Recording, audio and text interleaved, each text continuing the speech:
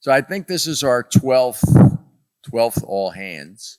The first time we did it, probably 25 people, maybe 30 people. So I think we're 9 times larger than that now. So we've grown quite a bit over the last few years.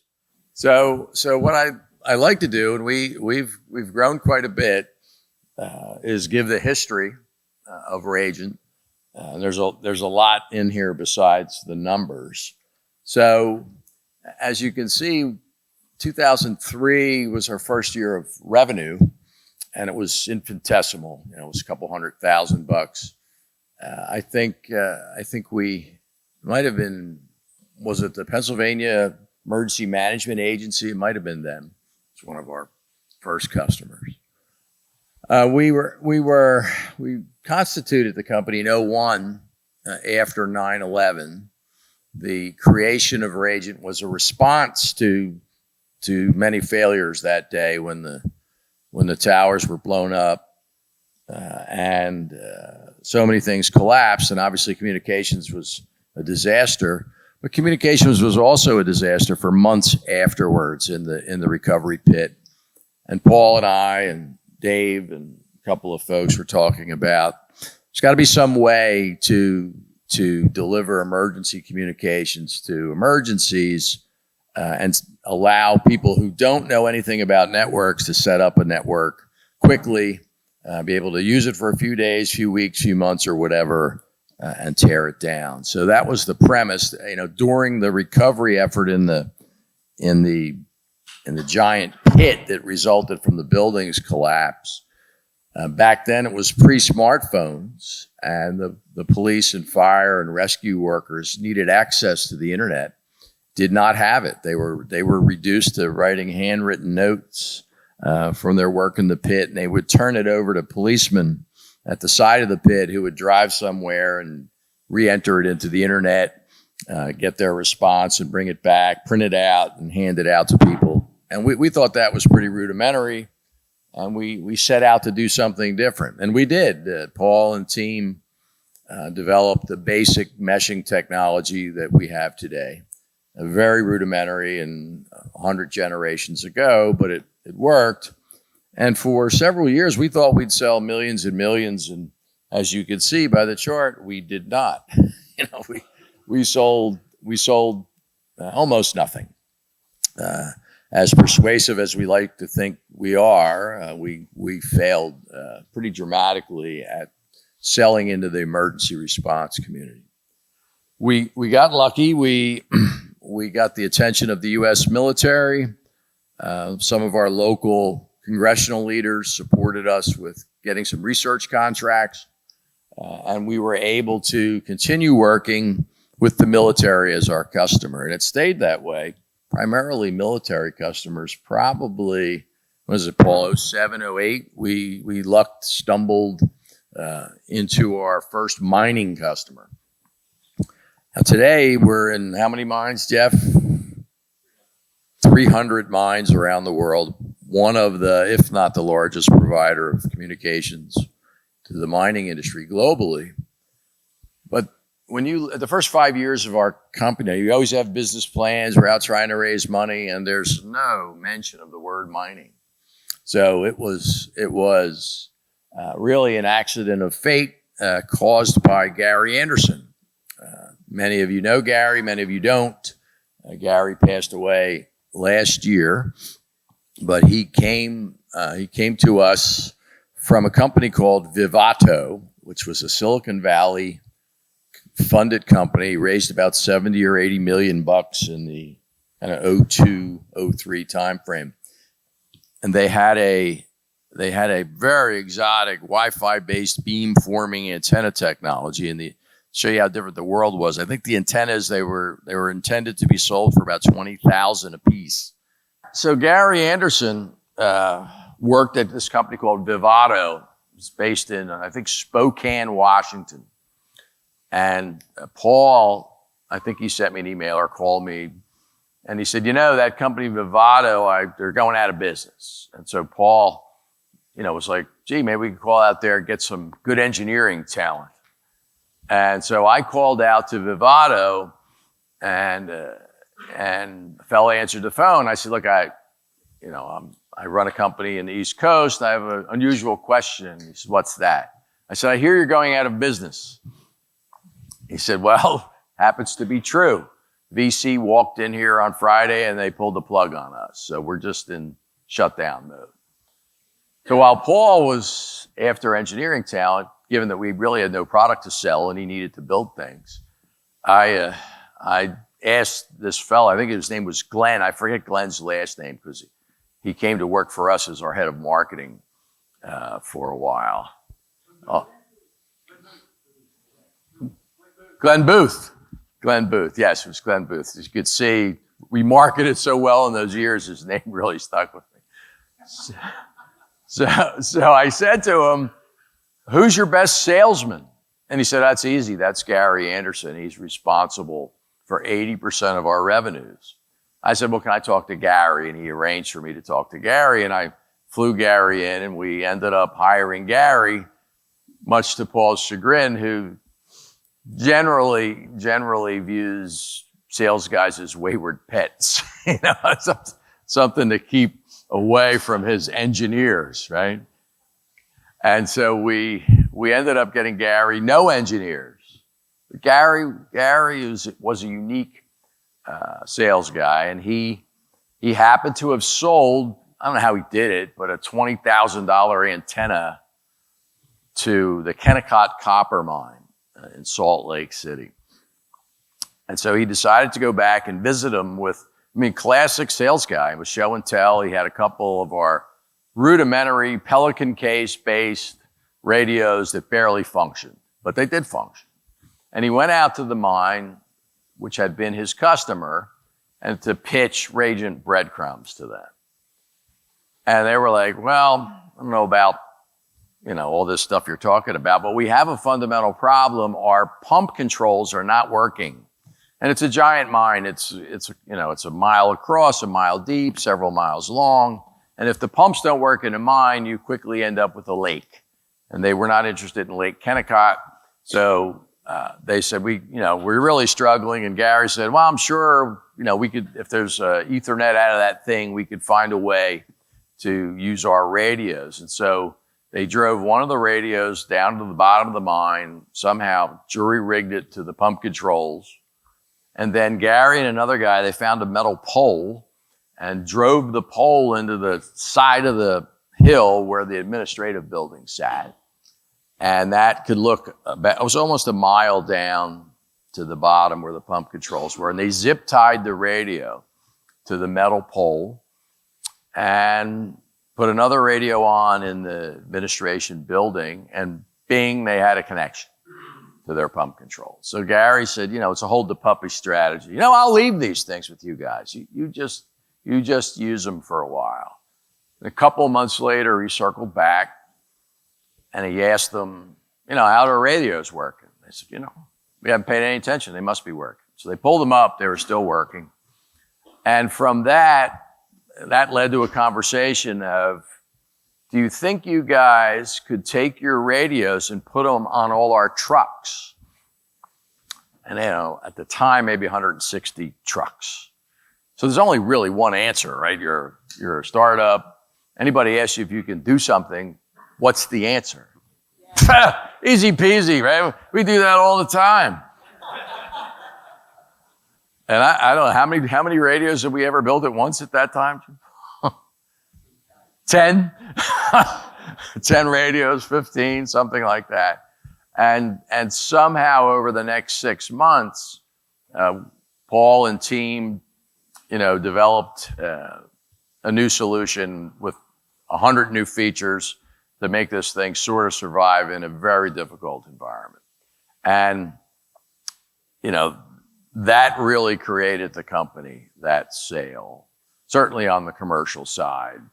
From that, the team made it work. And that Rajant culture that we have today of rapid response, do whatever it takes to execute, to make sure that the customer's successful and that we look good to the customer, that got expressed in that event because it was endless failures happening. And we would Paul and team would get the network to grow from 10 to 30 trucks, and it's working just fine. And the mining company, with great enthusiasm, would go, okay, we're going to 75 trucks next week. Scale the network, and it was a complete attack by the dev team and our service and support team, and somehow we made it work. And as a result of that one sale, that got us into the mining industry. And from there, we ended up with our first international opportunity, which was in Australia. And that was Mine Site Technologies. They became our rep in Australia. And a lot flowed from that. They got us a customer in Australia, and I forget who it was. And they also got us a customer, and they're international in scope. They got us a customer in Colombia. And, you'll know today, and you note that from a service and support run by Steve Griggs, we are extraordinarily responsive in how we respond to customer issues in the field. And that got born out of our first two experiences. Again, the theme of this is, as we talk today about Rajant, about the management team, not a lot of genius here. I mean, Paul certainly in that range, but mostly what we are is we just react really, really well. Paul and I like to say we don't really know anything, but we do know how to react. And so the first couple of international customers, whenever we had an issue, and there were issues all the time, we would just 2-3 guys on the plane, no notice. Just go. Fix it. I don't care. I don't care what it costs, because you're not carrying a $10,000 pack of radios in your pocket and a few dollars of airfare. You're carrying the reputation of the company, because all businesses, as big as they are really small. And a small company like us, we were being attacked all the time by our competitors. On what basis? We were being attacked. There are 15 guys in Malvern, Pennsylvania. Why would you trust a $1 billion revenue operation to those knuckleheads? Choose Cisco or Motorola or whatever big company that happened to be around at the time. So out of self-defense, we could not afford failure. So we didn't really care what it cost. So, the airfare to Australia to send 2 or 3 guys overnight, what's that, Steve? 30 grand, 25,000 bucks. To Colombia overnight, no notice, 2-3 guys, 15,000 in tickets, and then they're there for a couple of days, and so it quickly became clear, if we were going to do business internationally, we could not survive on the traditional industry method of selling your customers shit and then following up and fixing it all the time. We, out of self-defense, had to be extremely rugged and extremely reliable. And it wasn't, we didn't have 8 board meetings to decide this as a strategy. It was pure, how are we going to stay alive? We don't have a lot of money. We cannot afford to be sending people around the world on a regular basis. There's the pure dollar aspect of that. And then there's the self-defense versus the attacks of your competitors who say, see, you can't rely on those people. And that was the number one attack on us. So our strategy, Paul's strategy, dev team strategy, was build something that's close to bulletproof. And there's another issue out of that, because most of the time our service, we had a very small service team dedicated to that. And most of the time the service and support and debugging was done by our dev team. The worst thing in the world was when they found out Dave Acker's phone number. Because then they didn't want to talk to anybody but Ack, which led to, I think we have a not Ack product, which was, again, self-defense. Sitting where I sit, the dev team, we need the dev team deving, right? We need to build product. We need next generation. We need enhancements. If your dev team is not deving, if they're servicing customers, you're delevering the value of your development team. They can't develop. So again, another out of self-defense thing. We had to be rugged out of self-defense. We had to be reliable out of self-defense. And we also could not have our development team spending their time, too much of their time, on the phone with customers, solving customer problems. So all of those requirements drove the notion that anything we could do within Instamesh and the operating system and the surrounding software to make the network handle problems, to be extremely reliable, all that flowed out of just pure survival requirements. And again, those things became the essence of this organization today. As I traveled recently on my trip, one of the things that, to our operating customers is really well known is our stuff just lasts and it goes back generations and we backwards integrate. And again, backwards integration, that's not the industry norm, right? The industry norm is screw your customer as quickly as possible. Have the shit fail, and then, we have a new thing to sell you, right? And that's not our approach. Our approach is, again, it was out of self-defense. We had to counter the argument that we're too small and unreliable. The team chose to continuously backwards integrate. So we have, 4 generations can operate in a mine, sometimes 5 going. We have equipment 10 years old out there. That's not the norm. And, we have a reputation for reliability. It took a lot of years to create. It's still not known enough above the operating level. It was clear as we spoke to executives at our customers, they had no clue that we went back 4 generations or 5 generations and there were 10-year-old radios living there. But the people that use the technology know that. Again, that whole backwards integration thing was a self-defense move. It was all at the service of reputation. Because we remain, even though we're a couple hundred people now, our competitors, 50,000 people. So as you see the culture that exists today, it flowed out of our core thing, what was our core thing?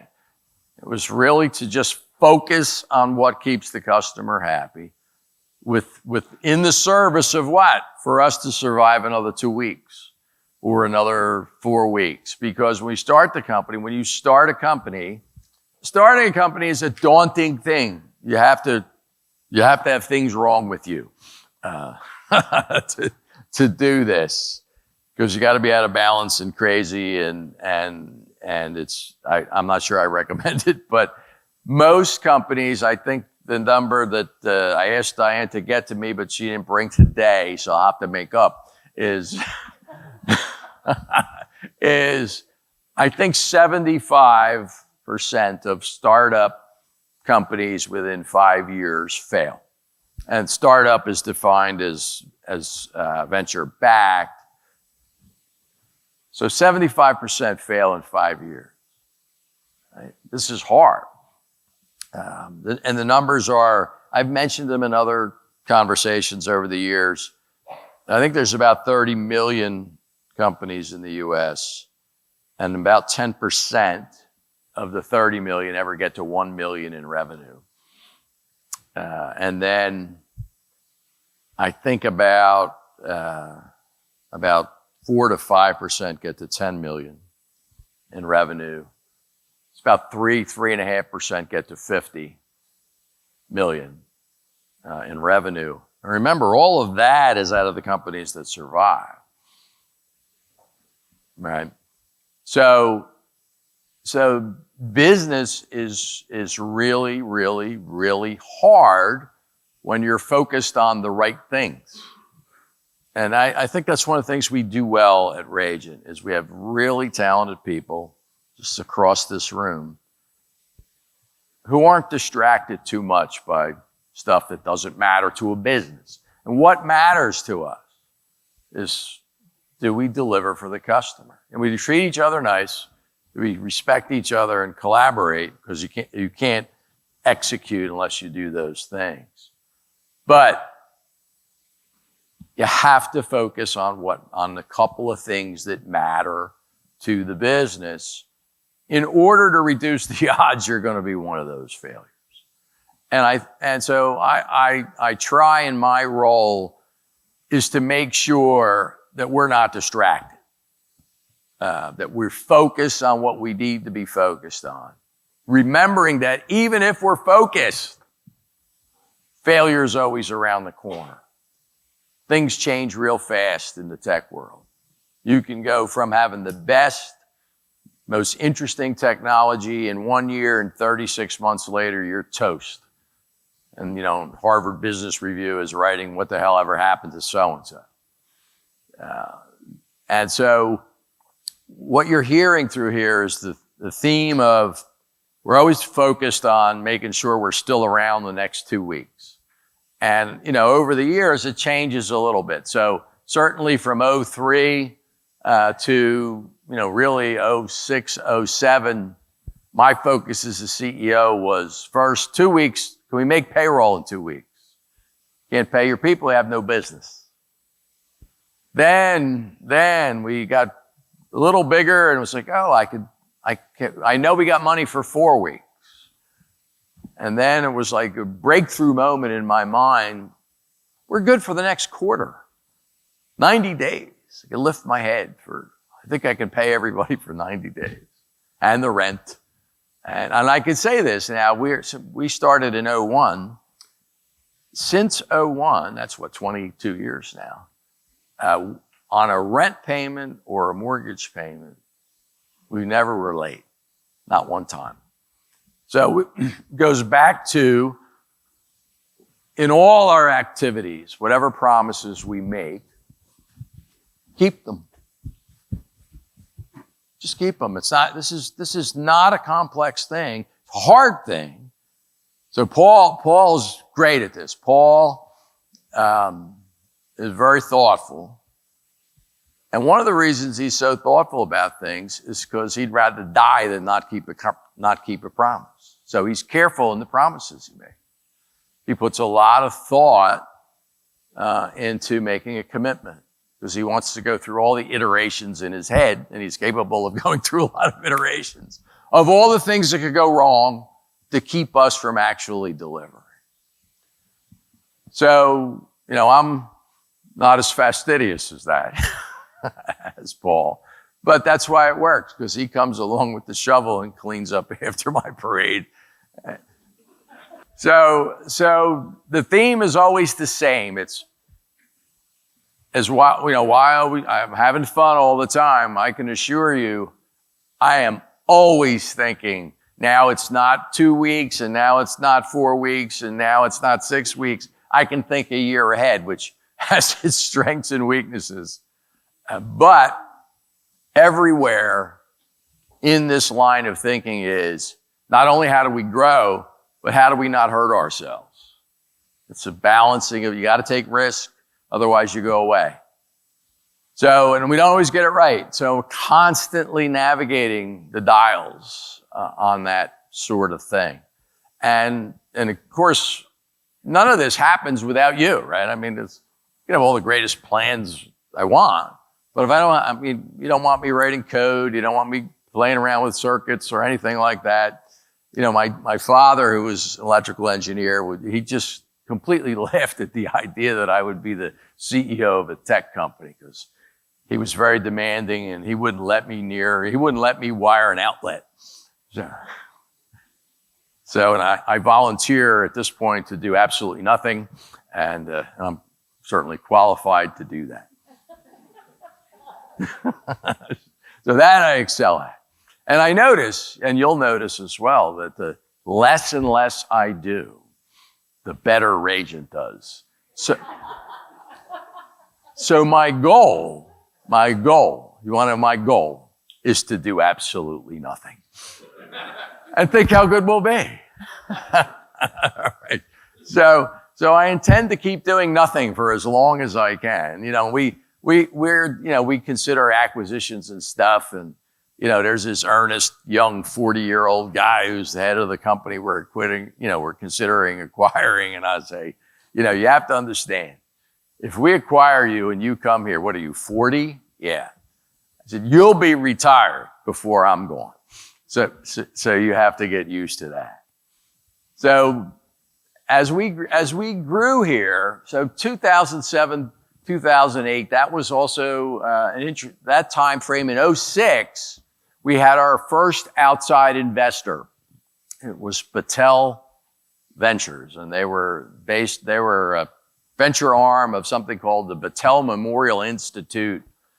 Big national lab, gets, 10, 15 billion, 20, who knows, might be trillions now, because they toss trillions around like nickels now. But giant lab manages labs for the U.S. government. And they had this idea. Their thesis was, they had a great idea in a lab, it ought to be a business, so let's fund our own ideas out of the lab with this venture arm. Now, those of us who do this every day know that the challenge of creating a business is not about the idea, it's about the execution. There's a trillion ideas, infinite number of ideas. But to turn an idea into a product, and then a product that a customer will buy, and then actually pay a price that will allow you to make a profit, that's a whole different thing than having an idea. And so Battelle had, at the lab, they have infinite number of ideas and almost infinite money. And to this day, I think since 2006, have turned precisely nothing into a business. They invested, I think for us, it was $3.2 million back in 2006. And then in 2008, they did another $1.5 million in a venture note. So that was really our only outside capital that we took in from 2001 to 2017. So during that time, we were able to generate enough revenue, make enough money that we needed no more outside investment. So, and over the course of 2001, I think 2003 is our first, 2003 to 2022, this is an incredible number. It's really a reflection of you. Our compound annual growth rate from 2003 to 2022, I think, is 21% a year, over 20 years. So that's really, really a great, consistent number. We're not too crazy. Doesn't really explode by 10x one year and collapse the next. We're just kind of in a really good way, kind of just consistently stodgy. But 21% over 20 years is an extraordinary accomplishment. And it's really, really, really an expression of all the employees we've had over the year. Because again, Paul and me by ourselves can't do any of it. So we got the money in 2006, in 2008, and frankly, the fact that we have not had to take more money has meant we could run this company pretty differently than most. Because once you have a big financial investor that comes in, they run you, and they tell you, well, you're not doing that because, we need to exit in 36 months. And so you're not having an all hands meeting. You're not doing the things we do at Rage and to really have fun and treat people well. That would not be the case if we had outside investors. And Paul and I have had companies prior to this where we had outside investors with big chunks, and you're at the mercy of them. So 2006, 2008, we took in 4.7, I think. In 2015, 2016, Battelle Ventures basically had failed. They had burned through over $250 million, and they had 2 successful investments out of 25 or 30 investments, and one was Rajant. And we define success as a company actually making money. So your product's valued enough, you're run efficiently enough that you actually have a profit, which is how I kind of view profit, as efficiency points. Are we managing our resources well? And so at the end, in 2015, basically Battelle's parent shut down the venture arm of Battelle. and pulled all these, at the moment, our shares were owned by Battelle Ventures. They all got pulled into this parent, this giant $5 billion monstrosity that was based in Columbus, Ohio. And so they flew me out there in 2015. It was a presentation by the CEOs of all the companies that the venture company had invested in. And a couple things had happened along the way. In 2008, when they put another $1.5 million in, they had an ability in that financing to us where they could force the redemption of their investment. They could force us to buy them out. And so a couple years after the '08 thing, this money came in as a loan. It was a convertible note. But the conversion was at our option, not theirs. And when a couple years went by, we wanted to pay the note off. We had enough money that we could pay that $1.5 million note off. And they said to me, well, we don't want you to pay it off. I said, well, we got the money. We want to pay it off. They said, well, we want to convert. I said, but you don't have the right to convert. And this is one of the great lines of all time from anybody. Well, we wanted a right to convert. I said, well, I want to be an NBA center. I don't think it's going to happen. I'm in my 50s now. I think my centerhood days and dreams have passed. And they were like, well, we really meant to have it in there. We negotiated, and I think at the time the rate, they had a preferred investment. So I don't know what it was ridiculous. The rate of interest was 9% or some crazy number. So I said, well, you need to lower the rate on this preferred stock to under 7, I think 6 point something. And that redemption right has to go away. You have to give up you can't, and they were like, okay. So they agreed to give up the redemption rate. Never comes into play, where it's not a give up. I said, okay, it's no big deal. You shouldn't have any problem giving it up. And they gave it up. Well, come 2015, and I'm out there presenting in Columbus, Ohio to the executives of Battelle. And they owned about a third of us at the time, 33, 35, 36%, something like that. And the CEO of Battelle Labs says to me, he says, well, what's your EBITDA strategy? And, that's like the refugee of, CEOs that want to sound smart. They repeat EBITDA many times. It's supposed to make you seem sophisticated. So EBITDA is really a fancy way of saying your operating profits. Do you make money? And he goes, well, what's your EBITDA? I said, well, I don't really have an EBITDA strategy. He's like, well, how can that be? I said, yeah, how can it be? I said, I have 3 things that I focus on as a CEO. I said, and operating cash or EBITDA is one of them. But the first thing I focus on is the top line growth rate. I want to grow the company. And I'm willing to not make money or make less money in the service of growing the company, as long as I can manage the second thing I consider most important, which is cash. I want to make sure we have enough money that I'm not forced to raise money, because when you have to raise money when you need to raise money, it's really expensive. So I said, that's my thing.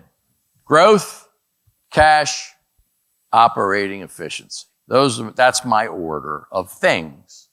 And I tell everybody we're involved with, I will sacrifice making money on EBITDA in the service of the first 2. And Diana could tell you, I walk around, and Val as well, what do I say almost every day? What's cash?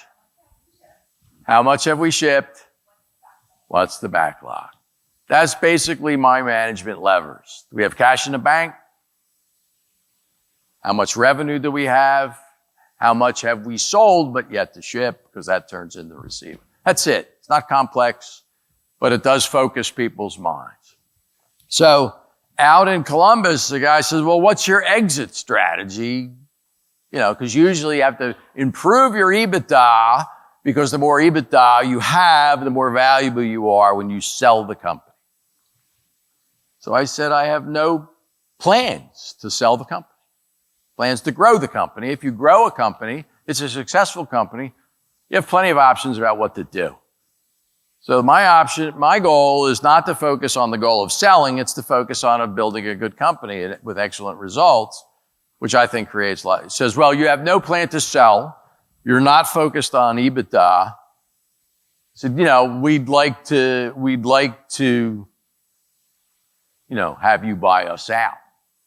That's interesting, but you can't buy us out. You can't make me buy you out. He said, what do you mean? I said, well, you used to have a redemption right, but you don't have it anymore. He said, why don't we have it?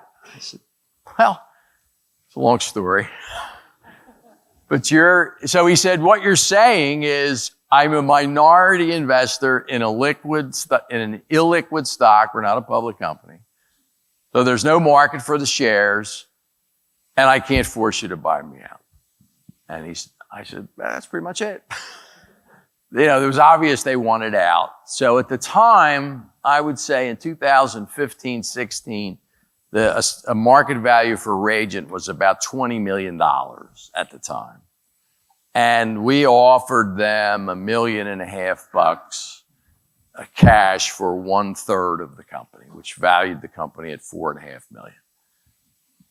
And they took it.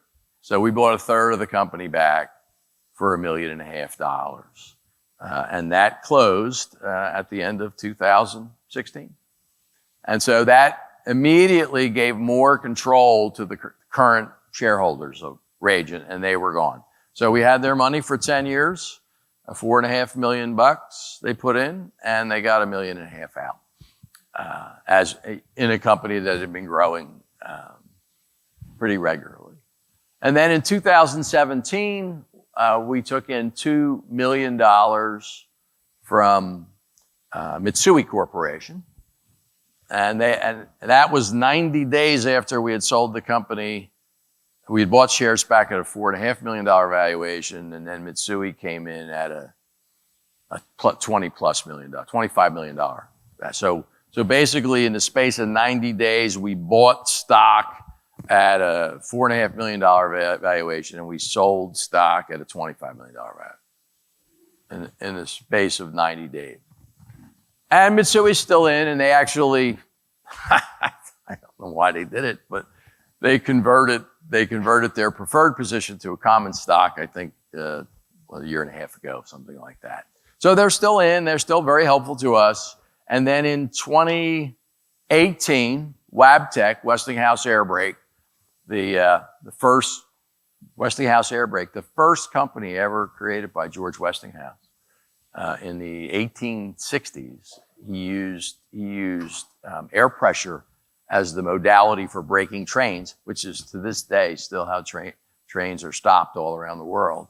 That company, Wabtec, went through a zillion iterations at Westinghouse.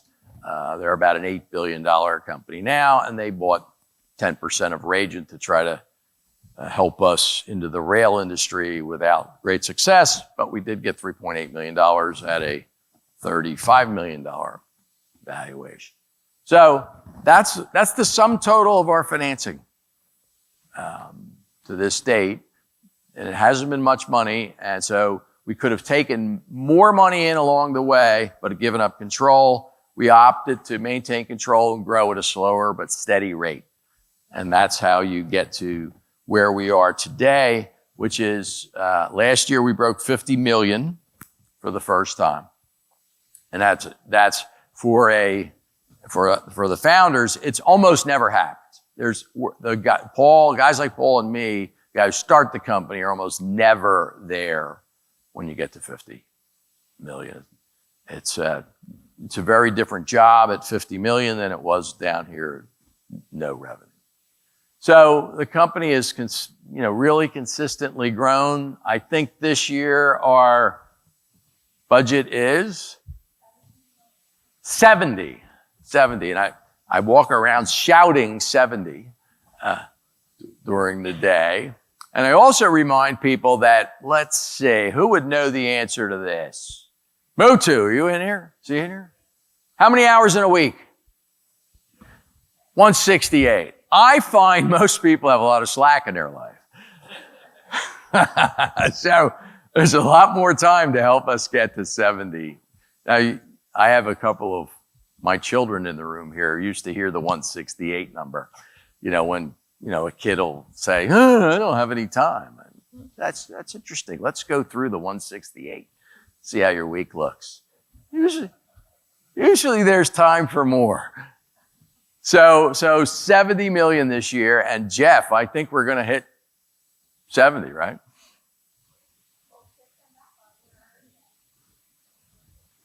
We're over 50. I think we're at 52, 53 million right now in terms of what's been shipped plus backlog. So we're going to hit our 70, which is a great accomplishment. And of course, it never gets easier, right? We don't wake up and go, you know what, if we hit 70, let's dare to do less next year. The Dare to be Average Club. 70 was hard. Let's go back to 60. No. So next year, 2024, I think it's 85 million. And then in 2025, 100 million. So that's the plan, and that's what we're taking steps to execute toward, which is why you'll notice, and we'll go to this next slide. We've been adding people here, and this really again captures a couple things. So, COVID happened in early 2020. When 2020 happened and we got the notice that we were going to shut down, we just didn't react well to that. We never shut down, as you know. Of course, people, worked from home and everybody did what they had to do. And how many are new to us since 2020? Okay, we have half the people in the room. So what we did in 2020 was when within 24 hours, we had a waiver from the governor's office from his absurd king-like edict that everybody had to shut down unless he decided. So we did not shut. We had a waiver the next day, and we never shut down. But now, people are nervous, understandably. You have this wave of we're all going to die in 8 minutes, unless you hide in your house. And people are laying people off like crazy. Obviously, everybody's nervous, very nervous. So what we did, for those folks who joined us since then, is we decided we weren't laying anybody off. And we made an announcement to that effect. And then we said, we'll have a conference call. I think, we were down around 110, 115 people at that time in the size of the company. And I think we did 10 or 12 conference calls every 2 weeks. And the conference calls were basic. I would say how much cash we had in the bank, what our sales were year to date versus the budget, and then what we had done in the 2 weeks since the prior call. So after 4 or 5 of those calls across a couple months, once people heard we have money in the bank, we're still selling, people didn't, the attendance on the calls began to dwindle. So people they weren't worried. They weren't worried. And we stuck to that. We laid nobody off. And we continued in the year of 2020 and 2021, though we didn't hit our budget. In each year, we still grew, despite the world being shut down and supply chains being destroyed and all that craziness. This team found a way to execute through that time frame. And then you'll see the numbers jumped up there pretty meaningfully. And then if other companies want to lay off their really talented people, well, that's their problem. Maybe we could hire some people that we would never otherwise have seen. So we took the view that people were taking what I viewed as permanent solutions to a temporary thing, that laying off people was foolish, and that we would see talent and have an opportunity to hire talent that we never otherwise would have seen. And so that led to the decision to expand during COVID. And so we did. So we hired a lot of people since then. And I'd say it's worked to our advantage, because hiring new, good people has really led to some pretty spectacular growth the last couple of years. So growth correlates to good people. You know, that's the message. And if you have them, treat them right, and they'll stay. And the number of great people in your organization will grow. So the general gist of this is that the culture that we have of excellence, of rapid response, focused on customer needs, customer requirements, that has continued for 20 years. It came not out of genius, it came out of self-defense. It came out of reacting to what we were hearing. While we always have a plan, the plan never survives any contact with reality. Underlying the plan always, just take away from this, it's just focus on what we're supposed to be focused on.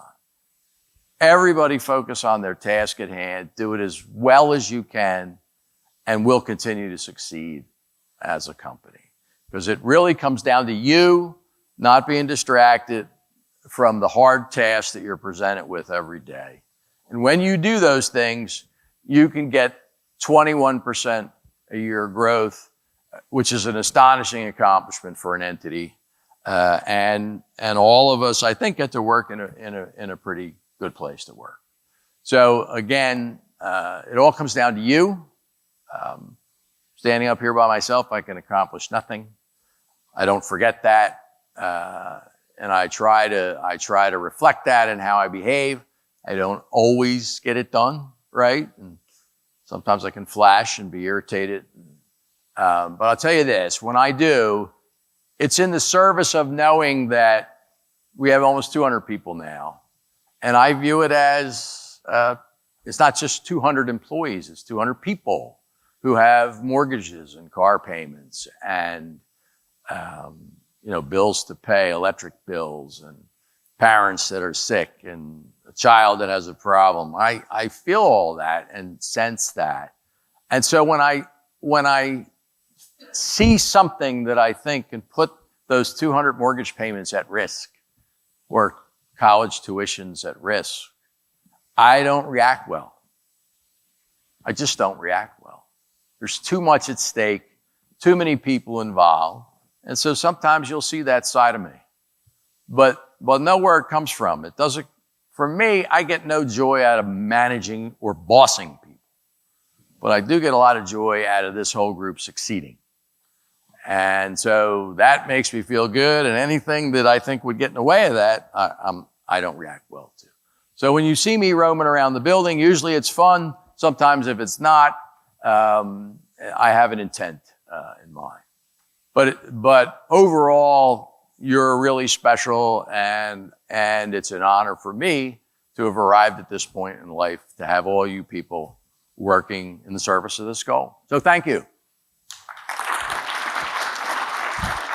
So I'm Jeff Smith. For those of you that don't know me, I'm the head of commercial sales and marketing at Rajant. Been here since the end of 2016. And I just wanted to start off, we have many new members of the team because Bob is always pushing for more sales, and he left the room, so he didn't ask the question he asked me every single day, which is, have you sold something today? And the answer is yes. Fortunately, because of Bernard and the sales team and all the new partners we bring on board, we actually are generating sales on a daily basis. So the answer is a little bit simpler these days. But I just wanted to have the new guys stand up. I'm going to introduce everyone individually so you know who they are. I'm going to start off with Eric Smith. Eric Smith is the vice president of EMEA. He has taken over for Chris Mason. So I met. Thank you, Eric. And actually, we have a couple guys up there. So let me transition to Troy Mackay for a second. G'day, mate. Where are you, Troy? All right, here's Troy. So Troy is managing Australia and New Zealand for us. He's taken the work that Mike Folletti created when he came on board, and Troy's taking it to the next level. He's doing a very good job in Australia. He's generating a lot of sales for us in the Pilbara region, which is a western part of Australia, working with his compatriot Phil Hendricks, wherever Phil is, helping us drive additional sales. And then, when Mike joined the company, Mike focused on Southeast Asia, and when Mike left, Sagar picked up Southeast Asia responsibility. He built it up further, and we recently hired Beng Hui. So could you stand up, please? Beng Hui is based out of Kuala Lumpur, Malaysia, a beautiful city inside Malaysia. And so Beng Hui is going to be focusing on driving sales in Southeast Asia for us. Another thing I did about a year ago is when we were working on the Cardinal product, which are really targeting for robotics, I talked to Bob about hiring a person in Japan because Japan, was the center of robotics. And so I brought on Tamada-san, who's based outside of Tokyo, focusing for Rajant on the robotics space. And then just to make sure I don't forget anyone, we have a couple other guys. Oh, Mauricio Morales. So we brought Mauricio on, thank you. Mauricio is based out of Santos, Brazil. He's part of Al's energy team, and we have another member who's based out of the Middle East, Wagas, whose wife is expecting, so that takes priority, and he will not be here. But we have a couple other people that report for Bernard as well. We have Gotham. Where are you, Gotham? Gotham, excuse me. I called him Gotham for like 2 years, and then they finally told me, no, it's Gotham, like Gotham City. So Gotham does business development for us, so he's providing new introductions for the sales team, as well as helping to qualify the leads that the marketing team is creating, and they're generating a lot of new leads. And then Kamian Schwartzman. Where is Kamian? Oh, there he is. He's up there. So Kamian's a new member of the inside sales team. So I just want to introduce everyone, because driving revenue is my job on a daily basis. So what matters most? So in 2022, we had the best year ever. Fortunately, we keep driving sales on a year-over-year basis. We hit 34 million for commercial sales. And in 2022, we closed the year with $50 million in purchase orders. So that means we had $16 million of backlog going into 2023. And where are we now? So at 2023, in terms of the purchase orders we have in place, so that's sales plus backlog, we're now at 37.5 million. And the thing that's very significant about that is that's an increase of 34% over last year, same year to date. So that's a great accomplishment for the entire sales team. So the sales team has taken everything that the development team creates and the operation team produces and ships, and we're driving it forward. So what generates these sales? So one is the FE1. The FE1, I think it's our 4th generation product. It's designed for heavy equipment. It has, I think, been the most successful product launch of any product in the history of the company, because we transitioned every single one of our customers in mining to the FE1 product family in about 2 years. So every single one is transitioned over to the FE1. And the performance of the FE1 is about 4 to 6 times what the LX5 and the ME4 were. And so that's been a fantastic success for us, driving a lot of our revenue growth. The other part of this is the first time we added an LTE radio to our product line. And the LTE has helped us in many regards, because what we learned, and I think this is on Bob's last trip, is the way that the Nokia guys are selling LTE is they go into the executives at a mining company and say, we're going to give you the same level of service you have here in your mine. And it's a very simple message. It's not complicated. It's very simple. And all the mining guys are, well, that sounds great. And they don't tell them all the hidden costs, all the operating expense, and you're going to have to keep adding CapEx and so on and so forth. But what happens is they have LTE in the mine, and they spent all this money, so they need to be able to reuse it. So the dev team created this hybrid radio, which is the Peregrine LT, and it's critical in two ways for us. One is, if we didn't have it, we would not be able to bid on any projects that have LT in there, and that is the most critical one. But the second thing is, because we have it, in most cases, we're actually winning without LTE, because once they see the benefit of it, Phil did some great demos for us in Australia, and we show the benefits of the product. Once they see the performance of it, a lot of them are just going without LTE. But especially in Saga's region, and Dave and his team is working on releasing a new channel for us, which is critical for Chile. And this will be the biggest opportunity and the biggest sales that we're going to generate in Chile is due to LTE, because Chile has gone completely LTE, so it's mandatory for us to deliver the product. So I want to thank the development team for what they did with producing the FE1. The next product is the ES1. When I joined the company, the products that we had were all very rugged, very hardened. We didn't have anything that was really designed for other industries. And I don't have my main marketing slide here that has like 16 different markets that we sell into.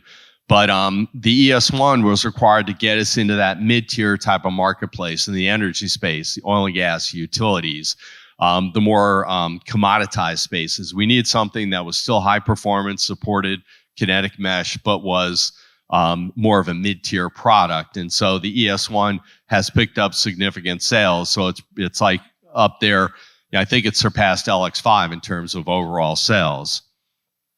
The next product, which is really exciting, is the Cardinal. The Cardinal gets us into yet another product space, which is the warehouse and robotics space. Because all of the robots, if you go to these warehouse automation shows, it is robots on steroids. It is just phenomenal. If you love robots, go to one of these shows, just because it's very amazing. And the opportunity for us, for every customer, ends up being thousands per customer. So now, instead of selling one mine, a few hundred, we have one customer that's deploying thousands on an annual basis. So the increase is dramatic for us.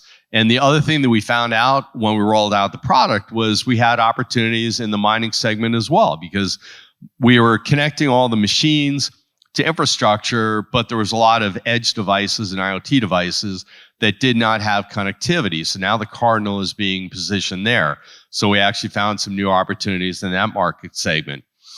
And we actually have 3,000 units that have already been ordered. We're still waiting for Nissi in South Africa and for Anglo to finish their eval. That'll be 5,000, but we haven't even shipped the product, and we already have orders for 3,000. So everyone's very excited about that. And then the last one I'm going to talk about today is Sparrow. Sparrow is another ruggedized product. It fills a gap for us because construction doesn't have the fleet management requirements or all of the different applications running on machines that mining has. And so they need a more cost-effective but very ruggedized product. So Paul's team introduced the Sparrow product for us within like 6 months. It was great from start to finish, and it was good because when I was in South Africa in November, that's where the idea came from. Paul had a proposal in December, and when I went back to South Africa in either April or May, I forget exactly the month at this point in time, I hand-delivered the customer the Sparrow that had created the idea, the original idea for it. And the great thing about Sparrow is we already have close to 400 units on order already for this product. Marchin's selling it into his territory in Central Asia, and Tomato-san's going to be selling it into his area in Japan. So I present this slide at generally all the all hands, because what I want to make sure everyone understands is we're just scratching the surface. Every market that we're focused on is billions of dollars. And you know what our revenue is? It's millions of dollars. It's not billions of dollars. We're getting there, but we're just scratching the surface. And that's why we keep taking all the different products that the development team creates and presenting them to our customers to generate different opportunities in these different market segments. So just from a revenue breakdown, when I joined the company in 2016, we had one person outside of the US. That was actually Chris Mason and no one else. And now the majority of the sales team is outside of the US. And what you see here is our revenue has flattened geographically with what we've done from a sales perspective. And the reason why this is important is because when your revenue is heavily weighted to the US, you have, an economic issue happens in the US, the sales just drops. It's like what happened in Russia. We just were on the precipice of getting all sorts of great sales. Marcin had a PO for Russia, had a PO for Ukraine, and then Putin invades Ukraine and it all goes away. So being geographically diverse is really critical for us to maintain consistency with different issues economically. And we're now in 82 countries to date with, bringing on Bang Hui. He's working on, developing more countries in Southeast Asia. Marcin, the benefit was, when Putin invaded Ukraine, Marcin transitioned to Central Asia. So he's been working on opportunities in all the stands, and that'll generate new opportunities for us. So we're really focusing on filling in the white areas. And Marnus is working on filling in the areas in Northern Africa as well. So my goal is to get to, it's really 90 countries by the end of this year is the goal, and then we hit 100 by 2025. And from a global partner perspective where we are is we're at, I think, 336 partners. Now, what we do, we spend a lot of our time, we have a close network. And what that means is we require every partner to be qualified. They sign an NDA, they sign a partner agreement, and we only sell through pre-qualified partners that we have trained. We don't open it up to have anyone sell to anyone because Rajant's very focused on the performance of every single network and the quality of every single customer. And so we end up extending our sales by bringing on new partners. And instead of our sales team just doing all the fishing, we bring in other partners, teach them how to fish. And this is the way we expand our sales. And what you also find out very quickly is you have partners that are very specialized in specific market areas.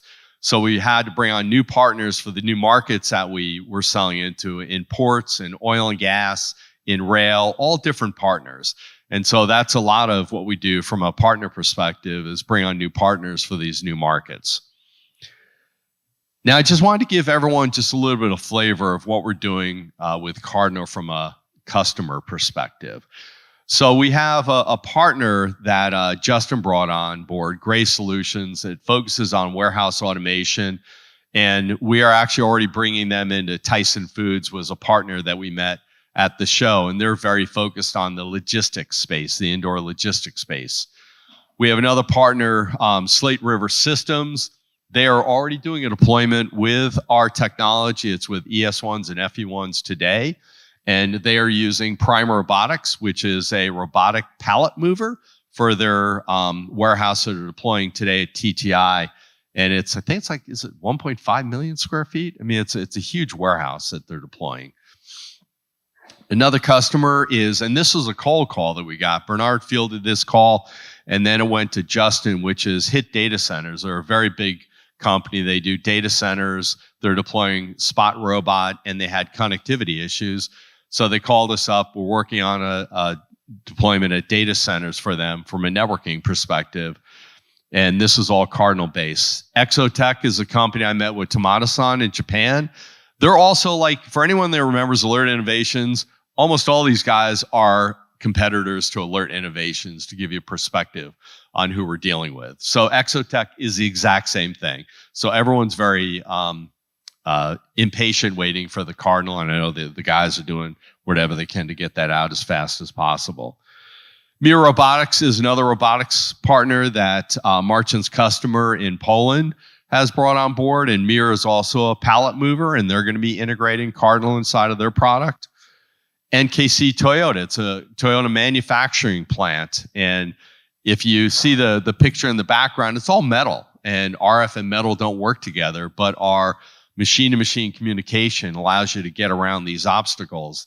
And that's a benefit that our technology has proven. And we're building out the deployment with Toyota now. Uvify, We've been working on bringing on drone partners for many years, and Don's been working with this partner, UFI, that's based out of South Korea. And we got one of these emails, which we don't get often, but it's one of these rare emails, which said that, okay, we're ready to go forward with you guys. We're going to integrate you into our drone, and then we want to do a press and a channel announcement and go forward with you. And the wonderful thing about these guys they are the #1 supplier to the light shows around the world. So they sell tens of thousands of drones on pretty much a monthly basis to all the different light shows. And for those of you that were with us in Italy, those are UFI drones that were part of our light show. So that's a great customer for us. And then additional applications outside of warehouse automation that's our radio on the back of Spot up there. So Chris Swall is working on getting Cardinal integrated inside Spot. We have Ostroid is a really loyal partner of ours, works very closely with Phil. They're like some of our most talented partners with respect to integrating Ragent inside the robots. They just love Ragent, so Cardinal will be next for them. And they focus mostly on mining, but now they're focusing on other construction and civil engineering types of projects. Lindsay Irrigation is a customer of Marnis's, and they need a very low-cost product, but one that can mesh all the different pivots together in the irrigation fields. And so they're based out of South Africa, and Todd has some opportunities with Lindsay in the U.S. as well. And then we're also working on integrating Cardinal inside of PLCs for the oil and gas space, into reclosers for the utility space. And these two are great, once we achieve this, because now we have other customers selling our product for us instead of, us out all the time pitching it.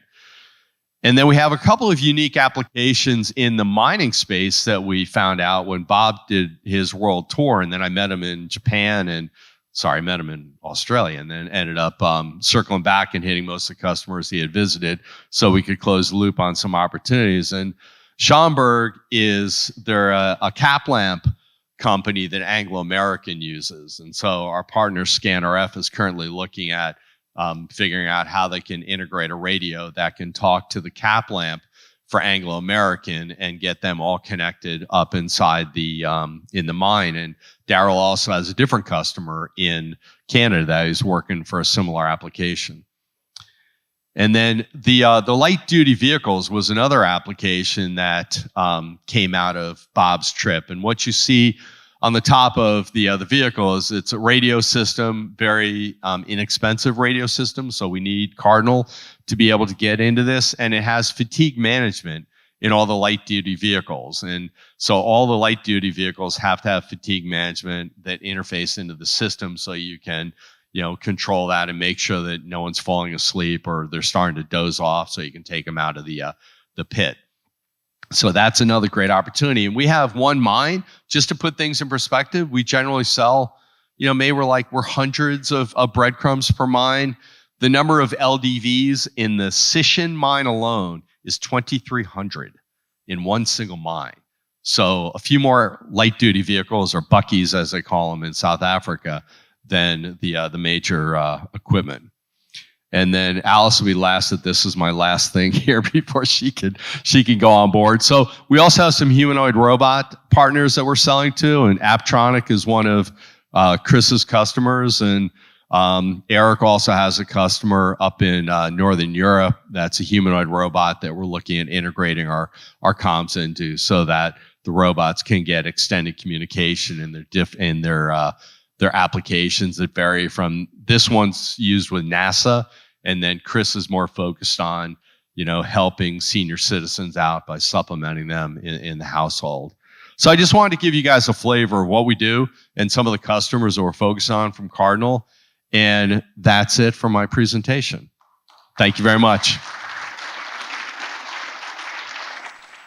I'm Alice DeSanto. I'm the Vice President of Global Marketing. I felt I needed to state that after all of those hands shot up when Bob asked how many of you, joined us since 2020. It's a huge new crowd. So this slide is exactly the same exact slide that I shared with you last year.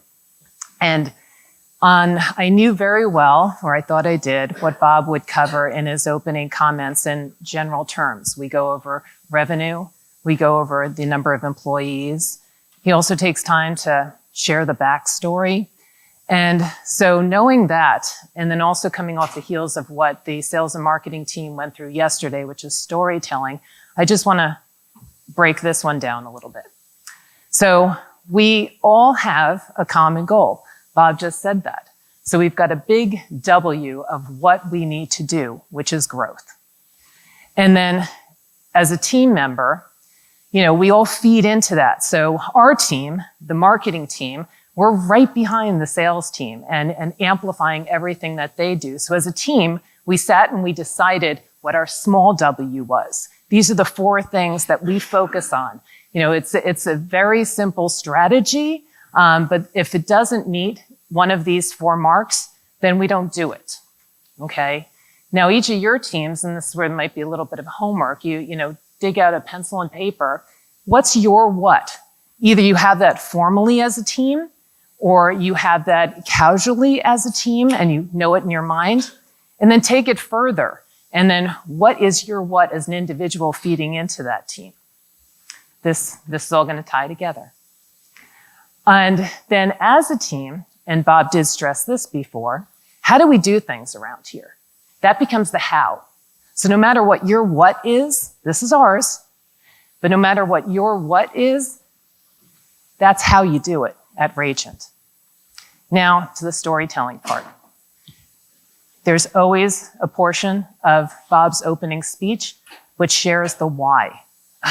That's the hook. The how, and many of you in the room have worked for other companies. This is another important point.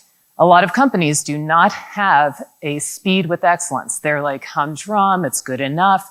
This place with Bob and Paul give us permission every day to show up and do things with excellence in a fast manner, right? Get it done. That's, you can't replicate that at so many different places. So now they share with you the story of their why. Two individuals over 20 years going strong were able to attain these growth numbers over a certain amount of time. And it's unfathomable how many people don't get there. And these 2 gentlemen from the very early stages in 2001 have made it happen. That's their why, which is Rajant's why. And then you come to it, because there's something about what we do and how we do it that attracted you. So here's another homework item.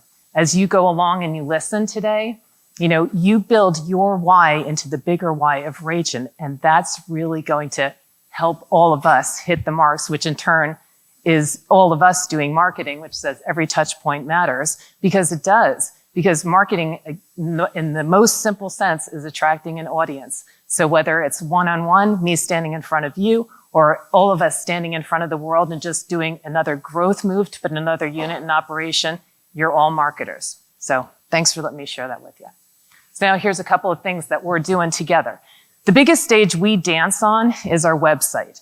So over the past year, basically it was March of last year when we switched over to an entirely new website. And when you do that, you actually tank. Google stops recognizing all of the great efforts that you put forth before and makes you basically start all over again. So we went from a bottom situation in March of last year to where we are today. And one of the biggest things that we were focused in on is optimization and keywords and phrases. So, I don't expect you to be able to see all of these things, but I just want you to see all those ones that are on the left-hand side. And on the right-hand side, all of the areas where, we've got major arrows going in the up direction and some very, very exciting double digits. The area where the growth is coming from, because we've got our site optimized, and it's not a one and done. You have to optimize every single day because Google keeps changing and the people that are coming online keep changing, and it's just a mind-boggling game. We're, ranking as, attracting now 300% more to our website than we were a year ago. And these are just some of the pages that we're hitting on. Again, won't dwell on the numbers, but I think you can see that they speak for themselves. We set benchmarks in 2022, and you can see those there versus what our goals are for 2023. And this is how we're tracking on those goals. Kind of like your sales number, Jeff, we're in a good spot, more than a good spot. Campaigns. So we definitely do a lot of communication over the last year, and we have drip campaigns, which basically use an audience of people that we get from Zoom info and also from our database. So we're doing those consistently. There's some of the markets that we're working in. We also have added in Google Ads for the first time this year. We've got LinkedIn ads, which we started last year and continue with, which is a very strong lead generator for us. And then, of course, all communications for thank yous and invitations for events. Now, a lot of you are online and you know and you're seeing how things are going. Our number one spot is LinkedIn as far as social media is concerned. And we're almost at that 10,000 mark. So keep liking and sharing and tagging because, again, you're all feeding into that. And we also were able to attain 1,000 subscribers on YouTube, which gets us to a higher performance level as far as being able to do more bells and whistles on YouTube. So thank you if you contributed to that. Jeff spent time talking about the Cardinal. I won't dwell on this. I just want you to know that there's a lot of other collateral that's out there, whether it's a short dynamic video like we have that's kind of sexy, showing the Cardinal in different ways, shapes, or forms. The fact that it's a different color than the other products that we have out there, which is extremely eye-catching, and so on and so forth. With Sparrow, similarly, here's all the different, we did a press release aligned with a trade show out in Kazakhstan and that part of the world, and all of the other usual suspects as far as collateral is concerned. One thing to stress is that with all the products that we're introducing now, we're doing a 1-minute video short, which works really great with social media, and I'm gonna share with you the Sparrow one right now.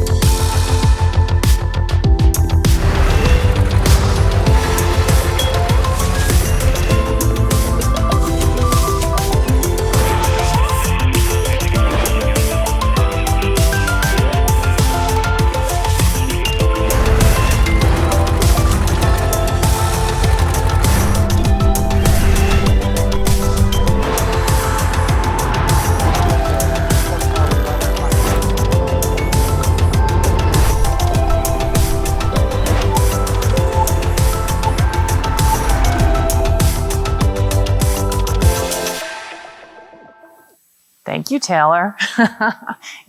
His handiwork behind that. So a lot of people love to listen to information, not just watch videos like we all just did. So we created a dedicated podcast page. We've been having a lot of different opportunities in podcasts, not creating them ourselves necessarily, but being participants in them. So they're still present in our media section where they have been for the last year or so, but now you can send individuals to this place and you'll have one-stop shopping for all things audio. Another effort that we're putting into place, again, to amplify is empowering the sales engineers with conquest flags. This is any deployment. We don't have to be overt about it and say exactly where it is in the world or what company it's at, but we can take a nice tight picture. The engineers can take it with whoever is present, and then we're going to begin to socialize this and create a dedicated page online also to show every place that Rajant is over the competition. Kind of a fun exercise. Longevity. So we're over 20 years. We had created a logo for that.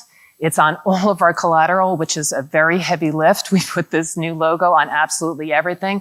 So all I would say to you as you think about this is this has meaning if you want to add it to your email signatures or other information, whether it's social media, whatever, by all means, just tap us in the marketing department and we'll get that to you.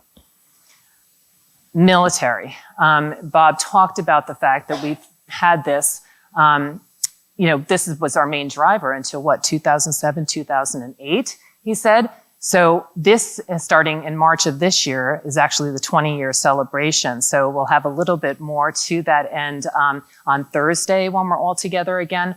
But we started a blog. We've made edits to the military page. And more importantly, we were able to sit down and talk to people that have been using our technology in the field, retired military staff, who are advocating on our behalf of how differentiating our product has been with them in the field. And I'd just like to share that video with you now.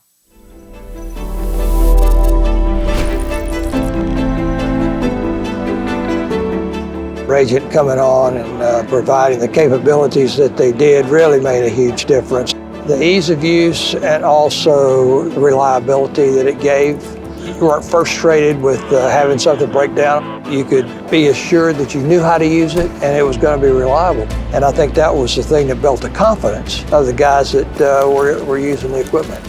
The importance of Rajant's capability and the radio systems that's provided, having the ability to communicate, whether it's in a peacetime, whether it's a combat environment, contested versus uncontested, is of extreme importance, and Rajant does that. That's what I like about Rajant. I don't know if it's due to size or what, but just a lot more personable, responsive. If I could, Rajant would be everywhere in the kill chain. It would be throughout the field artillery. It's just that good of a product. For Rajant and the capabilities that provided, it just made things go smoothly, and we really ended up saving a lot of lives.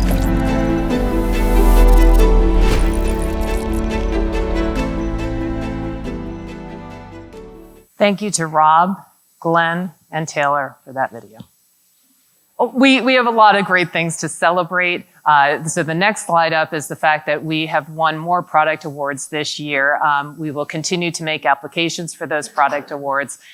We also have attained for the third year running Best Place to Work in Philadelphia and also Best Place to Work in Kentucky.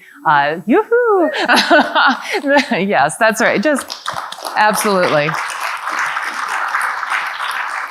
Our Kentucky team will be going down to be at the celebratory dinner to accept the award on Thursday evening. So when they all dash out of here, hopefully, last year was a little bit of a run rat race, right? We also, I just want to let you know about the packaging changes that we've made if you haven't been able to see them. So this is a bright idea that came from within. So as a marketing team, we talk about things that can make a difference and again, touch many different audiences. And so we were percolating on this notion of changing up how the packaging might evolve to have more of our name on it, be more Apple-esque, like the cool white boxes, and have fun things inside like posters and stickers and that type of thing. And at the very same time, Sidney Floyd down in Kentucky was having a similar idea. So when the two worlds collide, really great things come out of it. And another great suggestion that we had coming out of our board meeting is to add the big R on our master boxes. So that's something that you'll be seeing soon. Thank you. So I just wanted to say one thing to follow up on what Alice was showing everyone here. One of the really critical benefits of everything that the marketing team does is create awareness for Rajant. And that has benefits twofold. One is when we go into a customer, they know to a new customer and they know who we are. But the other key benefit is generating leads. And, that is why, one of the big emphasis of Alice's team is on lead generation, which is why the SEO optimization for the website creates just automatic leads. And with the new folks we brought on to Bernard's team, they're qualifying the lead so that the salesperson knows if this is a hot lead or just someone's just trolling or they're interested in something very, very minor. So it's a big part of what they do because our partners are looking for leads as well. All of our competition feeds our partners leads. So it's a really critical part of what they do every day. And the packaging initiative, also great idea. Because I know when I was in Brazil, we were talking about Wabtec when Wabtec first brought us on, and I met like 3 different rail customers in Brazil. And each rail customer we talked about Wabtec, they pointed to their corner and said, yeah, see all that Wabtec equipment over there? Yeah, we know who Wabtec is. So we're doing the same thing with Ragent. So great job for the marketing team. So my name is Stephen Griggs, for those who don't know me. And it's funny that Alice was talking about the why. Well, or the how. Ragent sales engineering, our very first, our biggest mantra, and all the guys on the team will tell you, is protect the brand. That's what we do. So development goes out, and they invent all this great technology. Jeff's team goes out and sells it to everybody. Our job is to go out and make all the promises come true. We provide world-class customer support. We have a very vast distribution and reseller network. And on top of that, we have, Jeff was just talking about, we're in 300 mines. We're in 82 countries? 82 countries. We've had to grow the sales engineering team rather significantly. We're a global team now. So we have a couple of responsibilities. First, we protect the brand. How do we protect the brand? We go out there and we demonstrate the technology and make sure that everybody knows that it does what we say it'll do.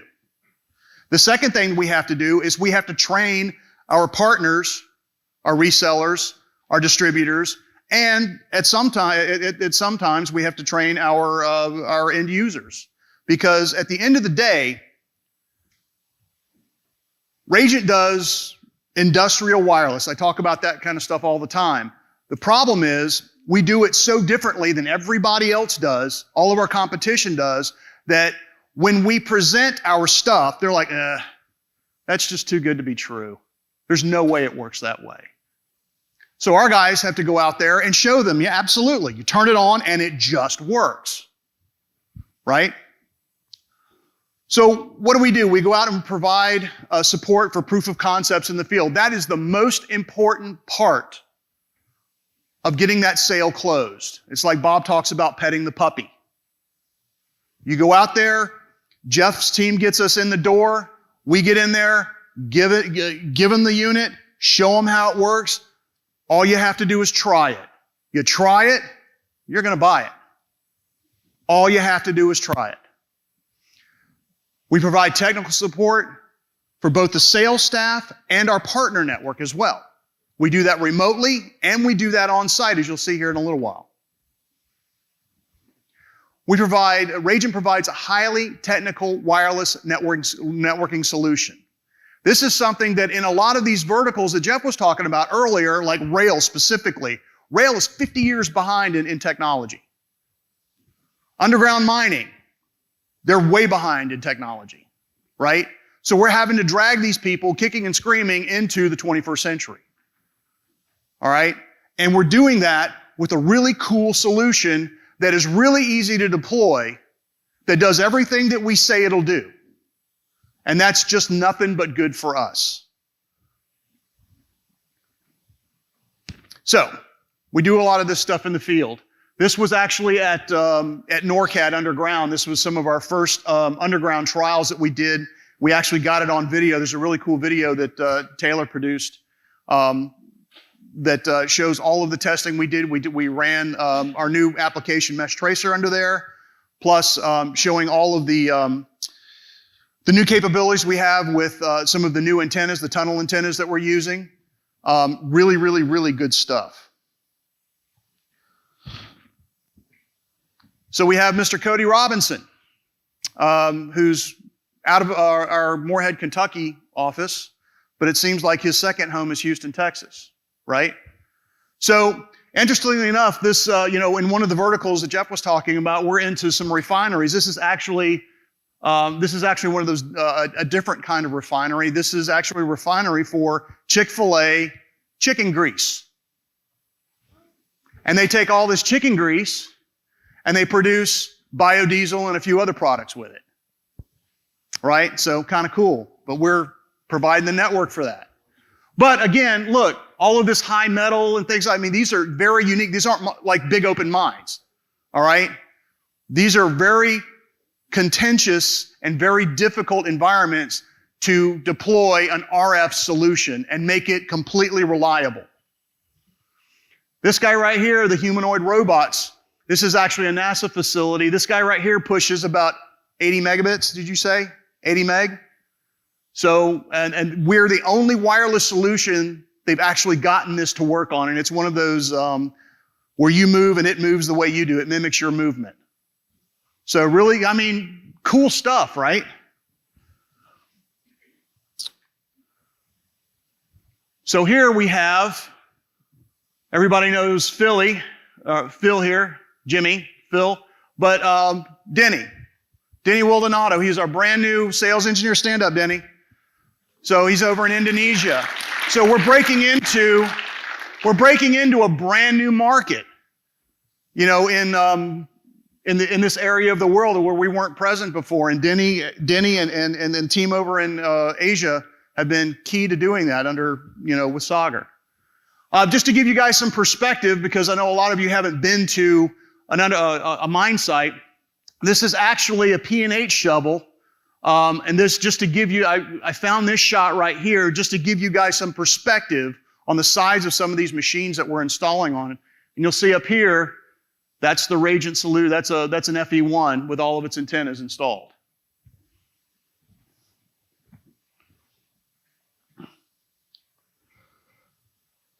So we install these in lots of different areas. So this is one of our another new sales engineer, Jamie LaChapelle, could not be here. He's got some stuff going on in his family. He wasn't able to come. But he's up in Canada, and up at our ArcelorMittal, we're installing radios in some pretty hardcore environments. And then this is a port in Santos, where we've got an FE1 with all of its antennas. And again, look at this environment. And I can promise you this is a very, very RF contentious environment. And we're making it work, and we're making it work reliably. So most people know Mr. Kelly Sartori. So this is some of his adventures. This was in Brazil. He was going over there to help them troubleshoot and fix the B3, B4 network, the dam project for Vale. And this is actually Mr. Sartori on the tower that we put in at Wickenburg to service the Saguaro Estates network there. So he's up there putting in brand new FE1, well, actually the Hawks, but FE1s. That he right there is about 60 feet or so, 60, 70 feet. So he's, Kelly's an ex-tower monkey. So he used to climb 300-foot towers. So this is like, this is a walk in the park with this guy, right? Oh yeah, he's all safety measures are being observed. So one of the other responsibilities of the sales engineering team is to provide our RCNP, our Rajant Certified Network Professional Training, to our resellers. This is Cody and Zach Talby teaching one of the couple of classes that we did in Houston. So we're now offering this class. We used to just offer this during our Wickenburg event because we were like going out in the desert and we were setting up radios and a bunch of stuff. Now we've changed the course up to focus more on kind of the wired side and more troubleshooting. And now we can provide this training in just any, like hotel facility or whatever. We just need a little bit of notice to get some people there. And we've got equipment, and everybody turns on radios and turns on BC Commander, and we troubleshoot. We run APT labs and VLAN labs and all kinds of stuff. So you guys might remember some of the flooding in eastern Kentucky. So Bob had us go out and provide assistance for some of the communities that were no longer served with internet. So along with one of our partners, Accelicom, Justin and Zach and Cody all made trips out to eastern Kentucky to set up networks in some of these areas that had no longer had any service because of all of the massive flooding that took place in eastern Kentucky. So this is the Burn steel mill. One of the interesting things here, again, look at all this metal. This is a coke plant. So these furnaces right here, when you walk outside, you can feel this heat from 500 feet away. All right, somewhere in the neighborhood of 1,250 degrees. So that's it. To me, if you were to ask, security means safeguarding Radiant's assets. So what are our Radiant's assets? What are we looking at?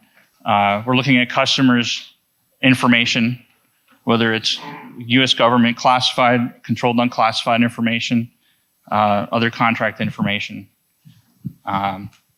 We're protecting Radiant's property, which covers export controlled, proprietary information, other sensitive information, as well as our facilities, physical property. And of course, the most important asset that we're protecting is all of you.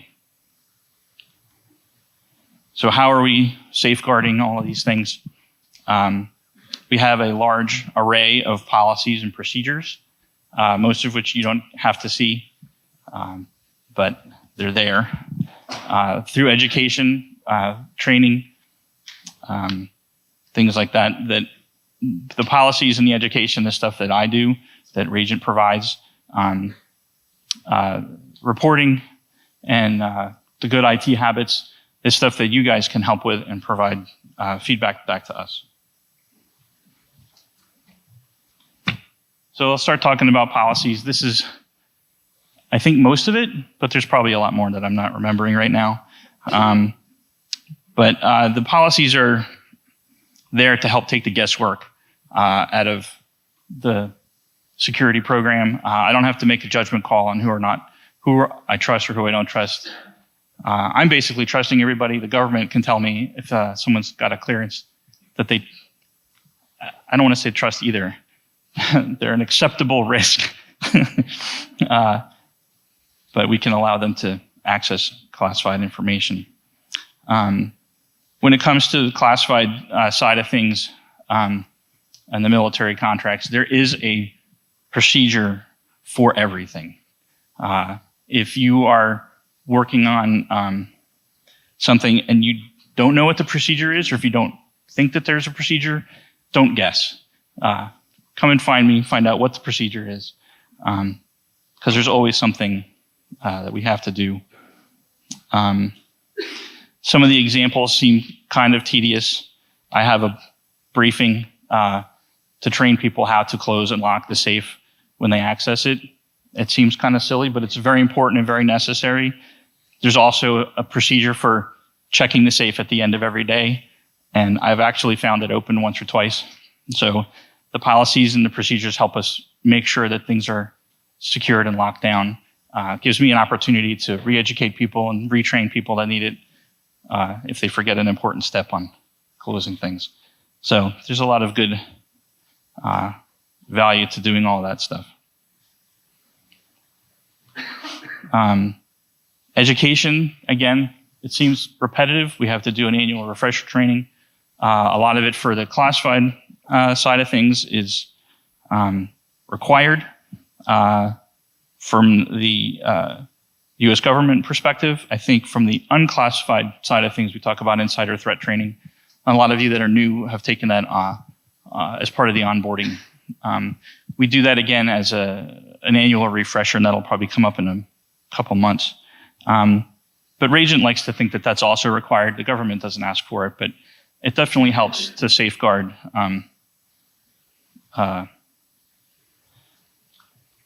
stuff that we're doing in-house. So some of the things that education can help with, and understanding the procedures and policies and knowing what our requirements are.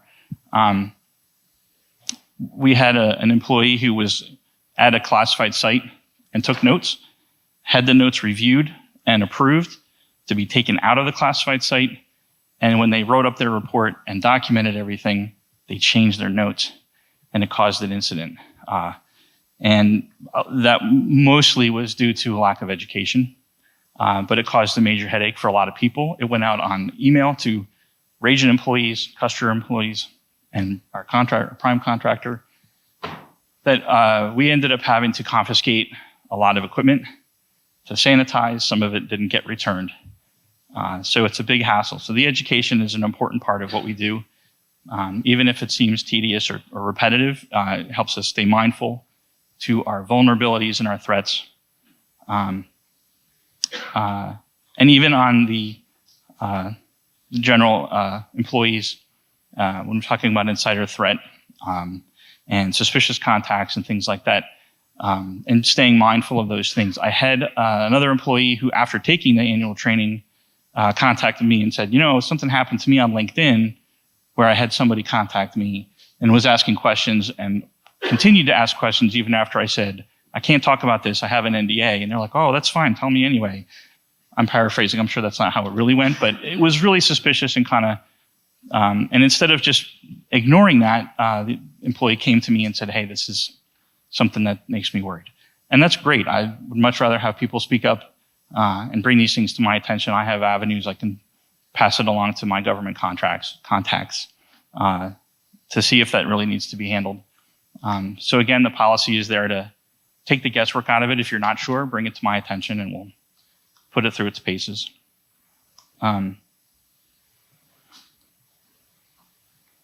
The other thing that's I want to point out about the education is that the threats that we face target everybody. They're not just for the high-level executives or the subject matter experts that we have at Rajant. We have all levels of employees, from interns all the way up to executives, who are getting emails. We're getting text messages from Robert Skena, asking for, hey, I need you to buy a gift card because we're going to give everybody a surprise. There's a couple of red flags there, and maybe you can spot them, but someone who comes in new and they're trying to do the right thing and impress people might not recognize that. So the education is there to sort of reinforce that at all levels. And I think the biggest thing that you guys can do to help keep our security posture strong is to report. Those of you who have clearance already know the reporting is required. But again, it's important. If you spot something, if you see something, say something. That's the slogan that the government likes to use. But it's important, even if it's something like foreign travel. Those of you who are not cleared but want to get a threat briefing on where you're traveling to, I can provide information about your destination and things to worry about. What are the travel restrictions? What are the travel requirements? Do you need, vaccines? Do you need to worry about things that are happening locally? So there's some benefit there to you as well for the reporting. When it comes to the insider threat, I think this is a big thing that I want to stress. Reporting things that you see in the office feels like a stigma. I don't want to tattletale on anybody. I don't want to get anybody in trouble. And that's really not the goal. We're not looking to find the next Edward Snowden in the audience here today. That's not my concern. I want to know if there's some behavior or some problem or something that might be indicative of something that's small that we can fix now. We can get people help they need, or they can get the help they need themselves. It can go a long way to mitigating the threats and keeping people less vulnerable. If there's someone who has problems, they become vulnerable to outside influence. And I do want to point out one of the things that we've talked about is adding to our employee portal some extra resources that go a little bit beyond the perks and benefits of Rajant, but some helplines and some resources that you can reach out to. You don't even have to come to us if you don't want to. This is why we want to put it up there, so that you have access to national suicide hotline numbers, Veterans Affairs numbers, gambling addiction numbers, anything like that. You can handle some things maybe anonymously without bringing attention to it. But the whole idea there is to catch the small problems before they become bigger ones. Thank you, Jeff. Good morning, bom dia. The greatest risk to our networks and our data continues to be phishing. That's the number one entry method. And really quickly, Jeff already mentioned the phishing scams. If it's a request from Robert, it's not real. If somebody's asking you to do the favor and pick up some gift cards, it's not real. If any executive for any reason emails you and asks you in any way to put out money of your own, it's not real. Right off the bat, those are just scams. But the biggest threat still remains to be phishing scams that lead to infiltration of the company network. And latest statistics show that just last month, there were 441 reported incidents. That's not everything. That's just reported incidents of ransomware in the business sector.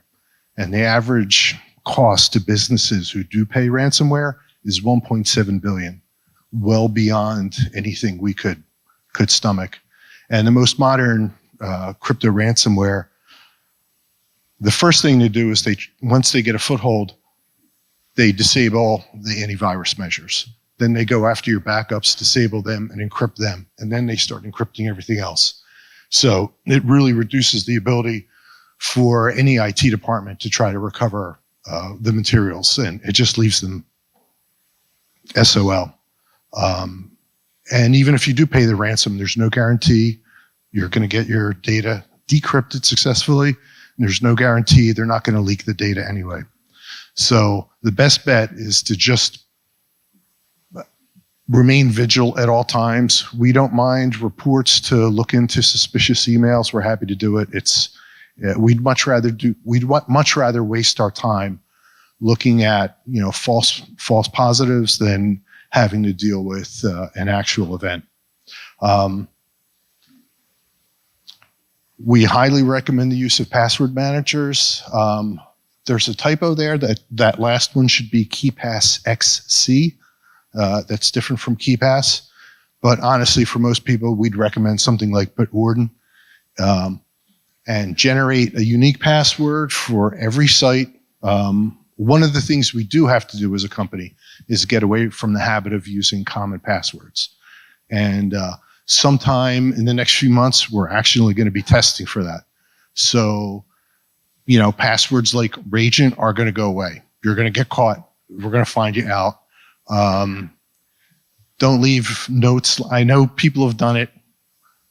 Last year, I was planning to present some examples for shaming purposes. We didn't do that. But don't leave your passwords in a notebook on your desk. Don't leave passwords on a Post-it on the monitor. We literally have examples of that. That's definitely a no-go.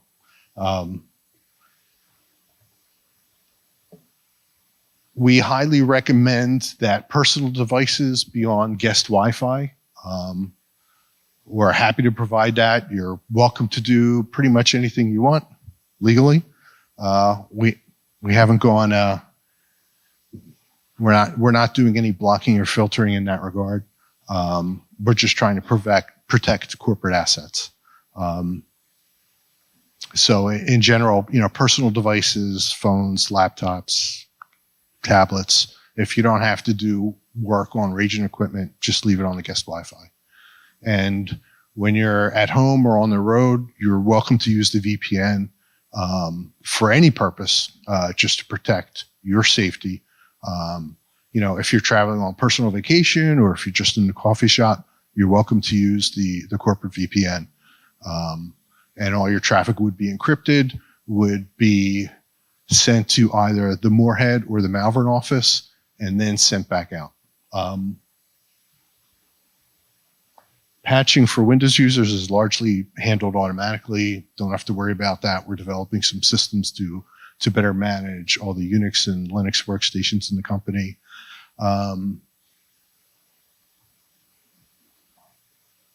One last thought is, I'm trying to decide how much I want to say right now. We're concerned about, the sudden growth in the use of AI. And just keep in mind that everything you type into something like ChatGPT is forever known by ChatGPT and may be used again in its production of results for others in the future. So it's a tremendous risk. It's a risk vector for leaking of information. So there may be some exceptions. For instance, in generating, marketing copy might be an excellent exception. But for now, until it's understood better, the company is asking that people avoid the use of such AI systems with regards to any information related to Ragent. And with that, I believe I am done. By a show of hands in the audience, who here has heard what Ragent Health is or a Ragent Health presentation? Oh, that's everyone. Okay, we're good. All right, well, figured we should still present. I'm glad to hear this is the first time that everyone's actually heard about us. So this year we're going to present on basically what we've been up to for the last year. So for those who don't know who I am, my name is Gianna. You can call me G. And today I'll give you kind of a high level of what we're doing and what the main products and dev areas are. And then we have some of the VPs up here, and they'll present about their teams and just give you an update. Just so you all know, the Ragent Health team, guys, will you raise your hands? They're kind of concentrated in that back corner with a few stragglers. So if you have any questions after our presentation that we haven't answered for you, please go to our team. They're all great. And we're excited to have Ragent Health kind of be integrated with Ragent, especially this week. So what have we done in the last year? There's been a lot of changes that we'll talk about, but the overall mission of Ragent Health has not yet changed. So we are still planning to use any type of data that's collected about a person to pull that together through the analytics platform and get to personalized medicine. So in order to enable that, what we've really been working on is essentially what we're at this point calling the health analytics ecosystem. So this is the goal. Not every piece of this is built, but this is where we're trying to get to. And I'll walk you through it a little bit right now so you can help frame out each person here that'll talk about a different piece of this. So the bottom layer of what is shown there says policies and securities.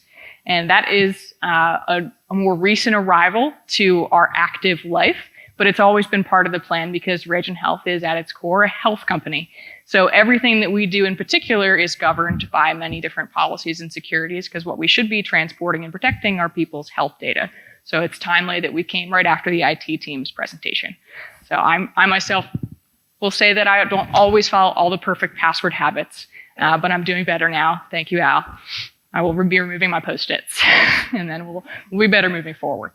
But so really, over the course of this year, we're moving towards some of the certifications that we need in order to move into these markets. In particular, Nate will speak more to this, but we're aiming towards some of the ISOs and moving towards HIPAA and GDPR in the next year. On top of the policies and securities layer is the data management platform. And those are the software services that essentially support all of the products, which are, I'm going to guess this is, yes, look at that. All of these up at the top are the platform-enabled products. So you've definitely heard about Trivomics, and you'll hear about these other three today. But the platform itself is involved in each one. And what we had Melissa do is go in and color next to each service. You see there's a little circle, and that tells you, based on these colors, which products are using one of these services. So most of what we try to do here is not build one-offs. We're trying to get better about making sure everything is reusable. So everything that's in the data management platform touches at least one product with the goal to ultimately touch them all. The next is the hardware platforms. So all of the pieces of software that we're building, we'd like to be able to collaborate and work with our hardware. So I'm sure you've heard of the wearable, the QStat. Mutu today will talk about the cowbell, and all of that we're trying to be supplied by COTS devices to make our development life a little easier. And then at the top are the four products, which I will talk about now. So what is Trivomics? Since you guys already all know about Ragent Health, I can just jump right through this slide. But Trivomics, the name comes from the Latin word trivare, which means to find. And our goal there was to build a platform that really helps people discover things about data. So omics essentially is a word that means a totality of data about something. And you most commonly hear it in the biological sense, but it's actually in many of the words that we know. For instance, the word economics has omics in it, which really is the totality of data available about economic practices. So the goal of Trivomics is to be a product that helps researchers at this point study their data and gather new health insights out of it. So in terms of how they do that, Trivomics allows researchers to upload raw data currently having to do with sequencing, genetic sequencing, and get customizable visualizations for their business needs. The reusable thing about Trivomics is essentially it's just a data visualization tool. Right now it's fine-tuned for genomic data, but it can be repurposed for any type of data. And I won't dive into the health metrics that are being shown here, but essentially what it helps researchers to do is look at data that would otherwise be too overwhelming to understand without visualizing it. Some of the data that's visualized here can be up to 20,000 different points on a graph. And that's the kind of thing where you really need a tool that is helping you to digest that data, which is what Trivomics helps you do. So in the last year, Trivomics has experienced a bunch of design updates. So last fall, we released essentially a beta version of the Trivomics product, which was functional, but we really have learned a lot since that initial release. So in preparation for this fall, we've done a lot of updates to the way the site is designed and also to many of the securities on the site. So right now, the site is restricted to animal-related health data, but our goal is to move into human-related health data, and that plays into some of the security changes that are happening this year. And then last fall, we went to 2 conferences. We took the beta product, we went and we showed it to fellow kind of omics-related analytic companies, which was more our competitor group, which was the ASHG conference. And we also went to the American Heart Association conference and showed both. And at the AHA in particular, we met a lot of the people who are essentially our core customer market. They were researchers who are working on their PhDs in some type of science, or they were people who have labs in science. And a few of them were clinical people that are interested in understanding how to pull genomic research into health overall. Right now, genomic research is more concentrated in the research space, but it's rapidly changing in terms of its accessibility to a doctor.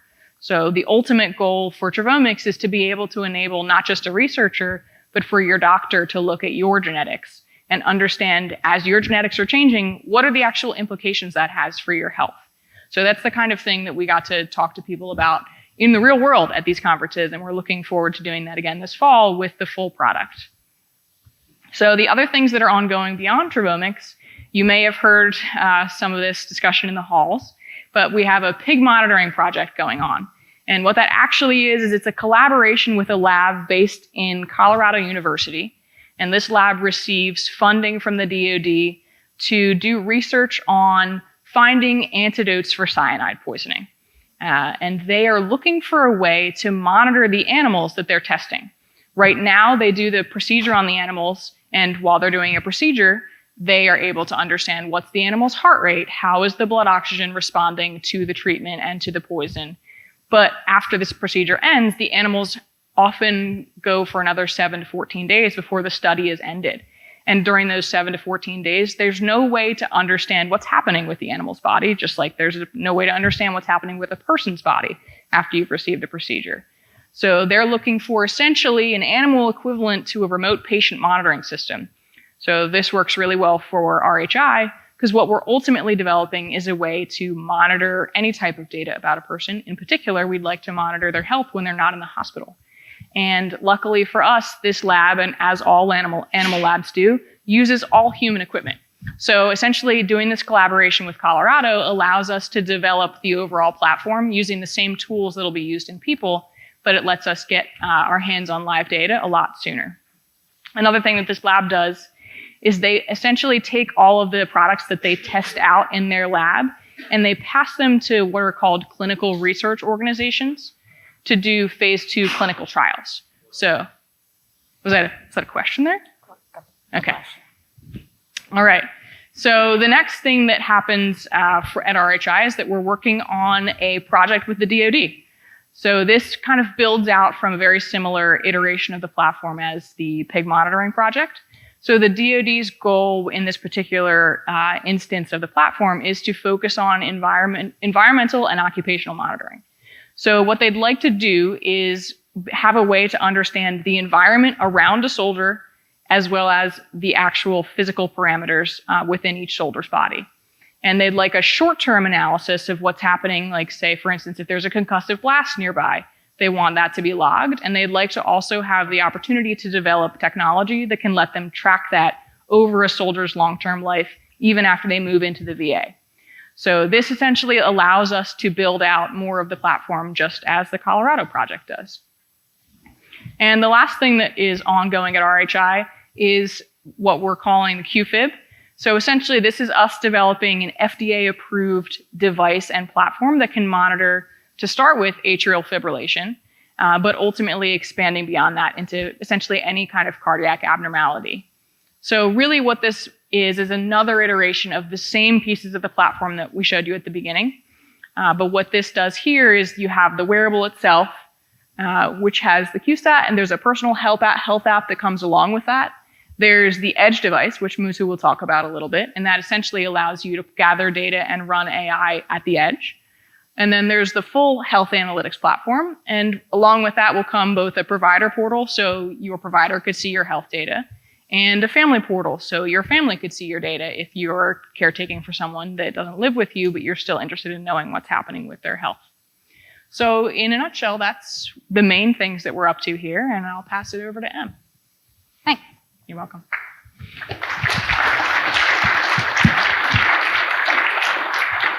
Hi, everybody. So I am here to talk to you today a little bit about how are we actually going to get done some of the things that G mentioned. And then it's a good day for me because I get to geek out a little bit and talk to you about some of the medical algorithm development that we have ongoing. So to start, G mentioned 4 different projects that we are working on, and 3 of them have external releases that are on the books for us. So for the end of this year, we intend to go to those conferences that G mentioned and release the full version of the Trivomics product, which has updates to design and to security overall. But the life for Trivomics does not end there. So there is a variety of different, different algorithms or new features that we are adding into Trivomics over the coming months that I'll talk about next. We also have development going on in the Edge device and the QStat to enable it to be part of that pig monitoring solution, with the goal of releasing a beta version of that for the end of 2024. And then ongoing into 2025, there is development related to productizing those portals and algorithms related to AFib and other heart anomaly detections and achieving the FDA approval necessary to take that to the market at large. At the same time that we have the development going on for all of those products, we also have a large portion of the team working on R&D to get to the long-term goal for us, which is personalized medicine. And what that really means is that we need to start understanding more about disease. We need to start understanding how disease is different for each one of us, because we know that disease really is different based on your demographic profile. And then figuring out how do we iterate through what are the right types of treatment for each of those groups. So it's not necessarily a small task, but we have bitten it down into some bite-sized chunks that we have already started on. So first, what are some of the new features that we have going on for Trivomics? So to start, what we're hoping to release soon is some interactive quality control so that as you go through all of our different types of data analysis, you see the outputs from each step and understand how good is your data. Is this data really going to help me make a medical decision? Or are there some parts of it that really are just creating noise and I should remove them before I start to tell someone this is what it means for you to be healthy? After that, we have development going on into being able to pull from and upload to public repositories. So this feature for Trivomics will allow our users to very easily upload to some of those public repositories. And for a researcher or a clinician, that matters because where they got their funding from requires them to upload this in a public repository. And for medicine at large to believe their findings and actually change how we treat people, we need to share that data with the community at large. And then after that, we want to add in some new features related to other types of sequencing, because medicine really is a rapidly evolving field, and we want to be able to evolve with it in a way that creates change. So the first ones that we've put on our docket are what is called ChIP-seq and some RNA or DNA variant callers. And those are actually quite important in cancer diagnostics and also in helping identify what type of chemotherapeutic treatment you should be receiving so that you can overcome cancer as quickly as possible. So after we start working on all of those Truvomics updates, we still have that long-term goal to get to personalized medicine. So the first thing that we need to do is get data, because data is where we get the insights from. So we have a variety of different projects going on in which we're looking at data from electronic health records, from public repositories, from anywhere that we can find health or medical data, meaning even data about the way that you feel about your life or something that your clinician gives you is something that we can use to help understand you and any disease that you may get in the future. And so what we're doing includes making sure that any data processed by Truvomics or RHI at large gets into the HL7 FHIR formats, which are what is used by Epic and Cerner and other electronic medical records. And also being able to pull from databases like NCBI's GEO, which is a large national repository of omics data. And even then, as we pull that all in, any of that omics data also can go into the electronic medical record as we move forward. So after we get all of that data, the next thing that we need to do is start to group the data. So we have a variety of different identifiers that are demographics in nature. So it could be your age, it could be your sex, it could be even your socioeconomic status is something that can really affect your health. And so we take all of that data in and we can begin to identify different subgroups within those populations and validate using some kind of quantifiable data, whether it's a blood test, it could be your genetic analysis or any other medical information that we have, and start to validate, is that group a good grouping? Meaning, are they really different? And if they're different, then it probably means that a drug will not necessarily affect them the same way. So after we get that kind of information, we still can't necessarily tell you if they're a good therapeutic for you out there. So we have to begin the process to automate through and identify, okay, this is the change that's going on inside of your body. What is the drug that helps affect that change? Whether we bring it up or we bring it down for disease, it's on a case-by-case basis, but can we start to automate that pipeline and go through and figure out, is there something that we can use?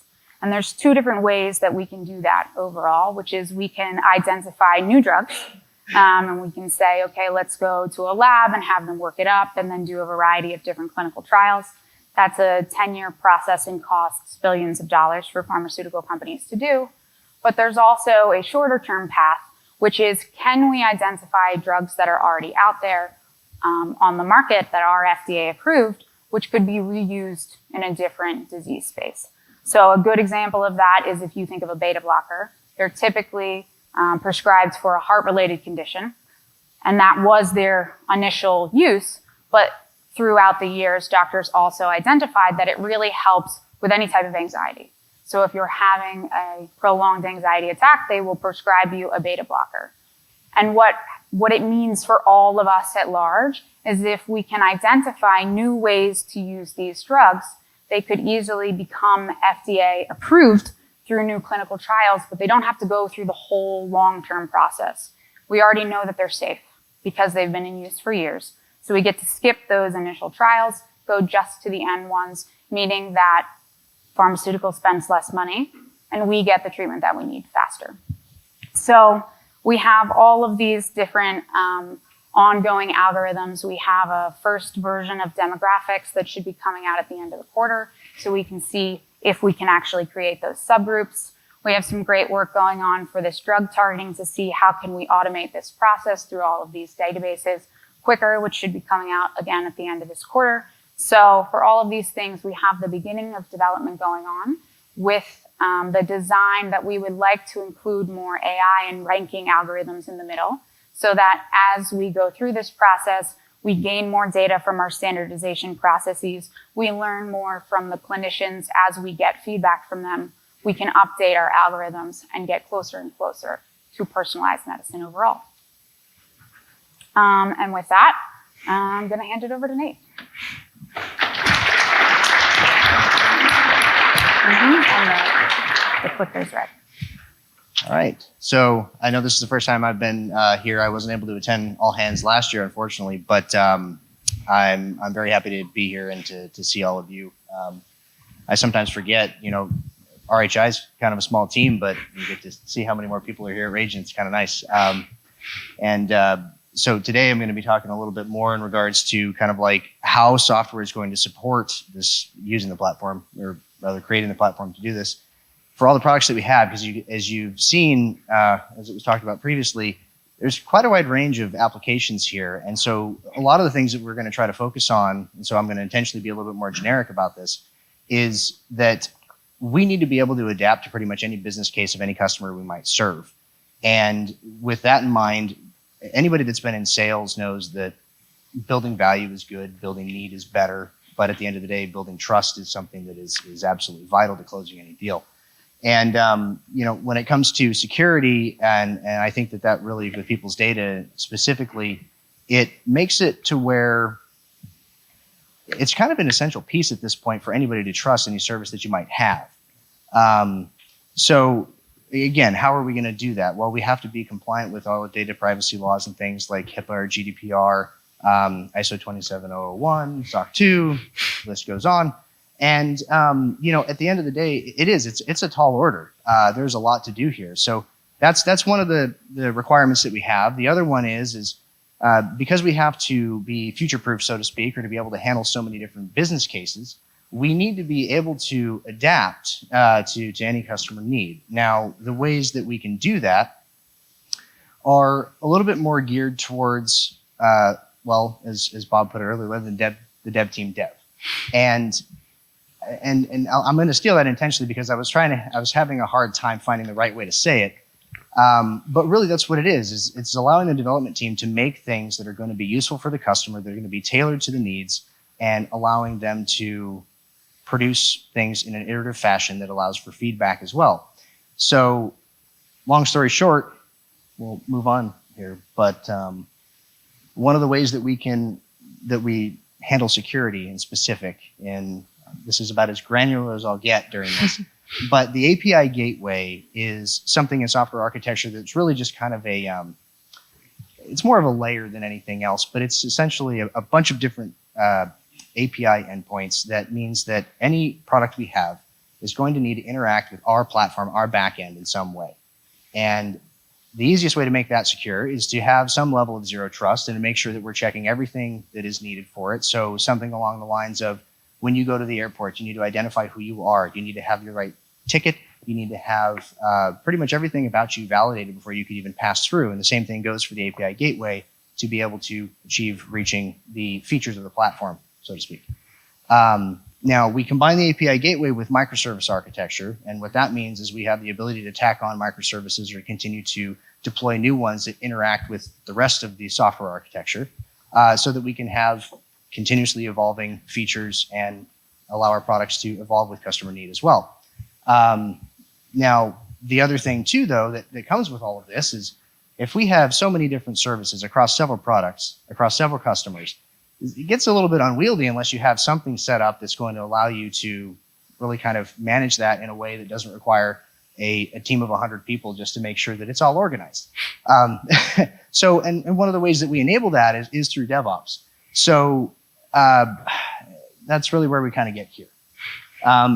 One of the things here that again, I'm trying not to dive too much into it, but DevOps really is what makes a lot of this possible.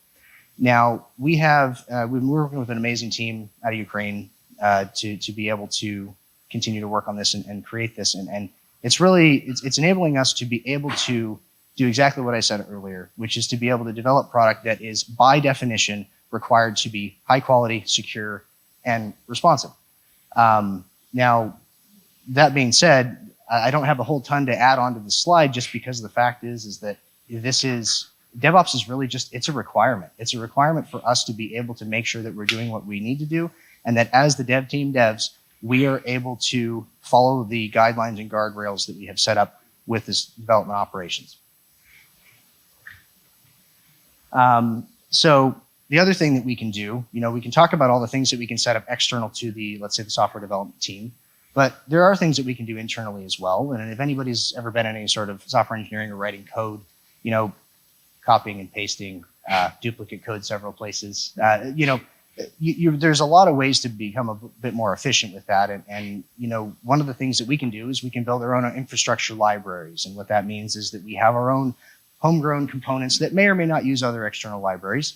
But it does mean that we as a company can decide what are the standards we use for our tools, what are the ways that we make sure that developers are having good practice with the way that they're using the tools. And also, which I'll get to in the next one, but like when we make a product and a customer is viewing it and seeing it and using it, how does it feel like an RHI product? How do we make sure of that? And again, one of the ways we do that is we standardize our components. And again, the upside there is that by separating these components from the actual code implementation in the application that, let's say, the user would see, is you've separated the definition of the two. So you get to maintain this component layer with the application layer separately. So now we can, as long as we're conserving the integrity of the APIs, we can maintain the two separately, maintain something else in one place that may be used across all of our products. And because we've set up DevOps, because we have quality checks and testing and security checks, we are now able to know that any change we make is following all the guidelines that we have. So the UI library here and the other components, we have another team out of Ukraine that has also been helping us really build this foundational layer. And you can see pieces of it in the Trevomic site currently. And so we do have quite a bit of ways to go, but obviously, as you can see too, we have a lot of other products that we're working on. So it's also why we've expanded the development team. We've added some more DevOps. We have added security. So we're in a very good spot right now. We're in a fantastic growth period, and I'm very excited to see what the next year has to hold for us. Yeah. The thing about the subscription service is, and we have all these products, we need to be able to monetize it. We need to be able to way to maintain who's going to use the product as long as they keep paying.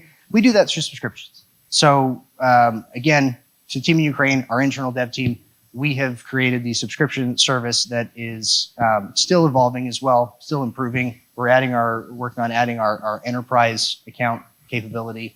And it's really something, again, that is, we talk about the products that we're going to have, but this is also, again, the way that we monetize. This is a way as a business that we're going to be able to manage the relationship monetarily with the customer and allow for them to have a seamless experience in the sense that as long as they have signed up, they're part of the agreement, or rather following the agreement, they can have access to all the features and services that they've signed up for, along with any of the evolving things that we are adding into it. Now we're on.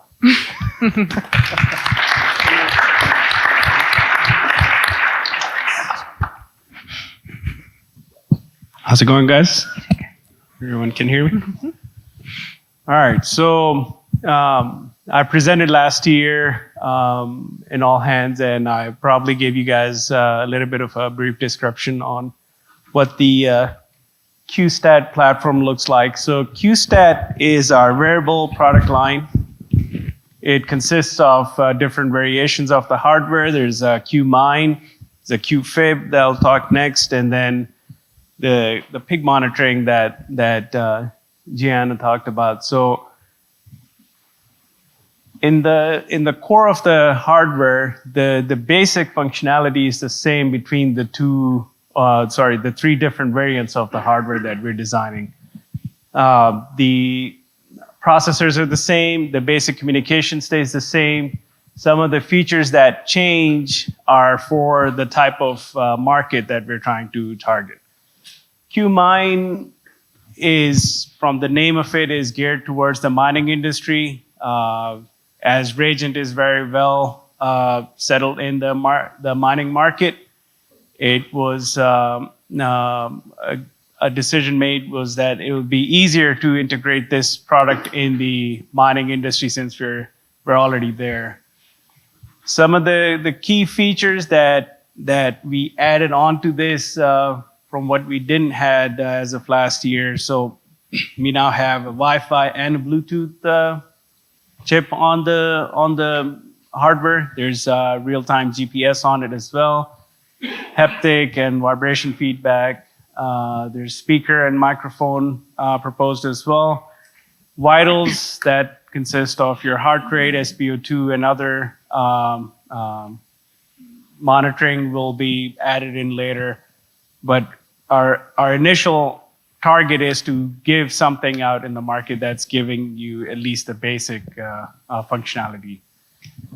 The technology that we're trying to replace in the mining industry is currently we have the AeroScout tags that beacon out the GPS coordinates, and our idea was that with the QMine we'll replicate that beaconing protocol, and we should be seamlessly integrating the QMine into the existing mines that already have that technology set in place. That means they don't have to do any modifications to their existing network. No need to upgrade the radios that they currently have, Rajant radios, and it just meshes into the network.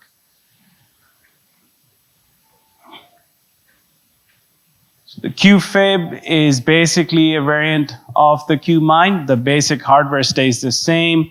In addition to the features I mentioned, it'll add some of these additional features like heart rate, SpO2. It'll have ECG on board as well. It'll have bioimpedance as well. So the heart rate, SpO2, those are continuous monitoring, so they'll be going on continuously in the background. ECG and bioimpedance at the moment will be on demand. So if a user needs it, with a push of a button, it'll capture that. Reason for that is at the moment, there's some limitations on the hardware, how you can have it continuously measuring ECG. But we're still working on that. At some point, we will have something that will do continuous ECG as well, if it's required.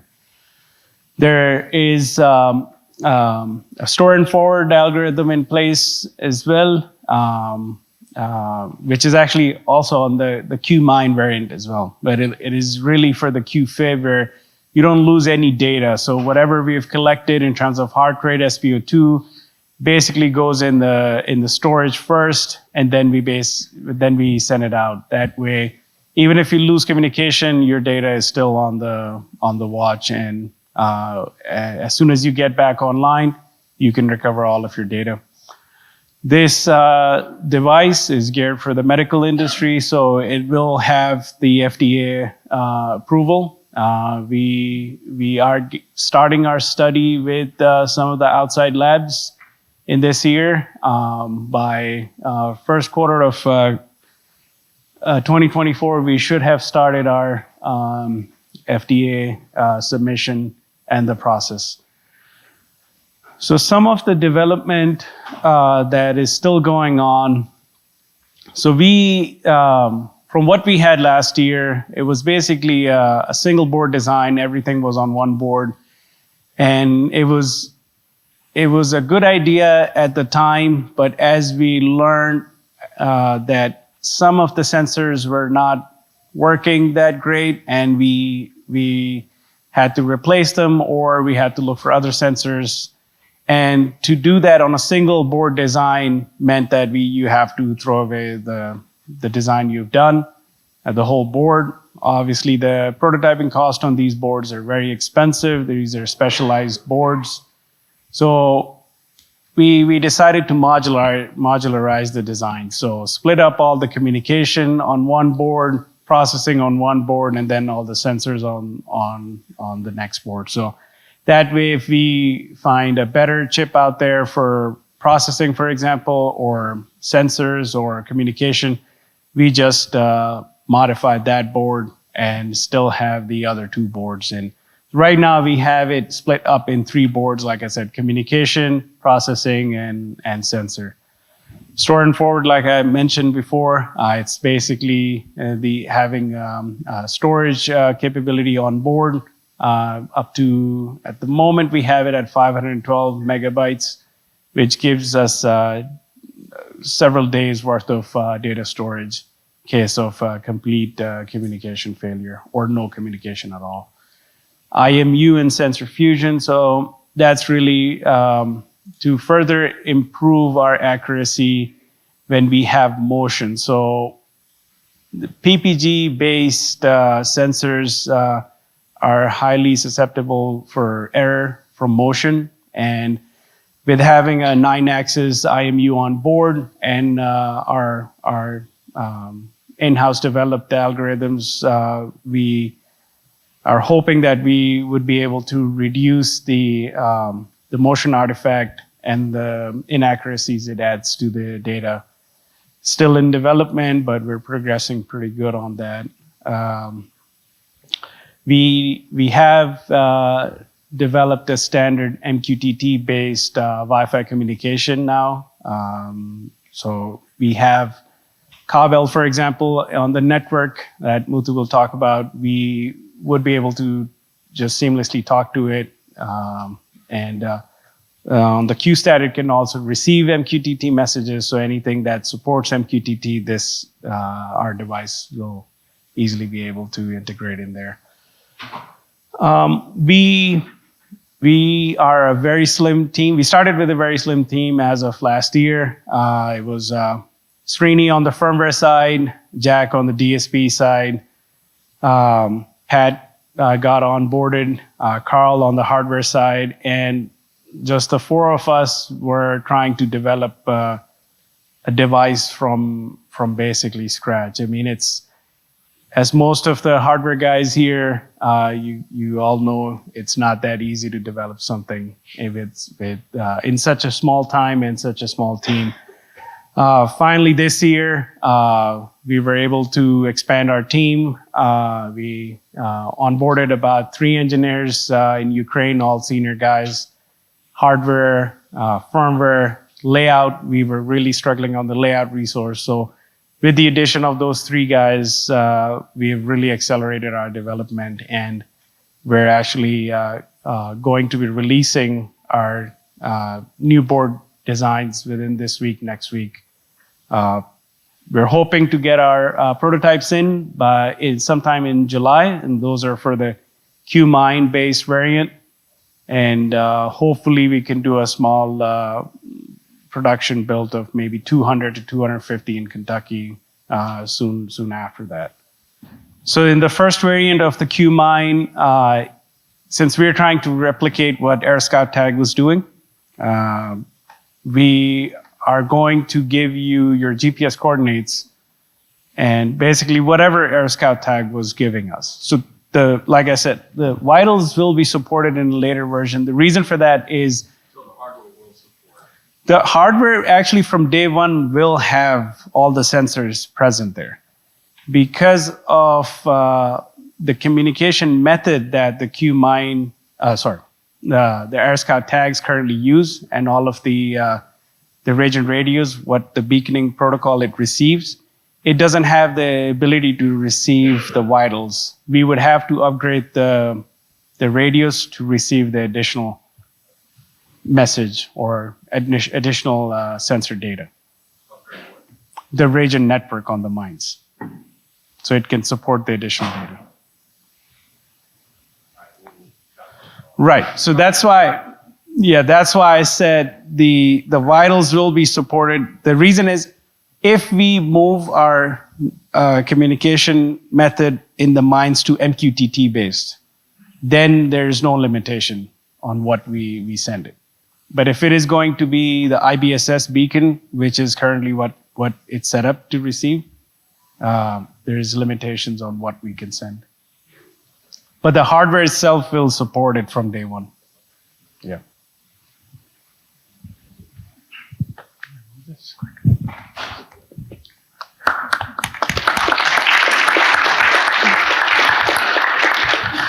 Hello. Hey guys, my name is Muthu. I've presented before. I lead the AI program here. I've been with the company for about 3 years.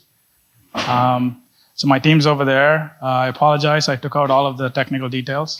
So I'm just gonna keep it high level and possibly entertain you guys with some new and upcoming things that we're working on. So the first thing I want to talk about is MLOps. I mean, you guys have heard of this word. Some of you have, some of you haven't. But the idea is simple. We're trying to productize machine learning models. Basically, what that means is take an AI. If you want to create an AI project and you want to productize that AI project, you got to take an AI model that somebody has built, a scientist has built, and then put it on something that is being consumed by our consumers, like customers. So whether it be an edge device or back in the cloud, there's a whole lot of things happening to make that happen. And so really that black box, tiny box in the center there is the algorithm. There's a lot of infrastructure that goes along that supports that deployment. And almost 87% of the AI projects stay in R&D and never get productized. And this is the reason. The barrier to entry is the lack of proper infrastructure. And so in line with the theme that Bob had and Nate had, we want to keep the deving. And in this case, we want to add a few more things to the deving process. So one of the the teams have the team right now. We've developed a lot of infrastructures and tools to support that productization of a machine learning model, and we are currently doing beta tests within the company, and we've released that internally. But we're trying to make it more company-wide and streamline the machine learning development process internally within Rajant Health. So the next thing. So one of the customer-facing components of the MLOps infrastructure is the machine learning models. And one of the key components that serves these machine learning models on the edge or on the cloud is the inference system. And we are internally developing an inference system and evaluating products, evaluating different concepts of this inference system. And some of this is tailored to how it goes on the edge, how it's deployed on the edge, and some of that is tailored to when you don't have resource constraints on the cloud. So we've developed a few proof of concepts internally, and those are each useful for different use cases. They're not concepts. They're not alternate concepts, but they're actually complementary to each other. So how this works is, let's say we have a software development team and an AI team develop a machine learning model, and there is a pipeline that it has gone through all of the gates that is needed for machine learning workflows and deployment of these workflows, given our regulatory policies that we might have for different product lines that we want to serve. Those models then get deployed or released to a model repository. And that model repository is then mounted onto this inference server that we are developing. That's then provides an API for that model for other downstream applications to consume them. So think of images from a drone being streamed into the system, and our system can then infer the images that are being passed on and provide bounding boxes for where hubcaps are missing, or if this is a MRI image, then you could point to where there are the things that should not be there. I don't want to say things that are. But anyway, so those are what we call insights, right? So you have data coming in streams. So we have data pipelines that will interface with the rest of the Rajant Health ecosystem.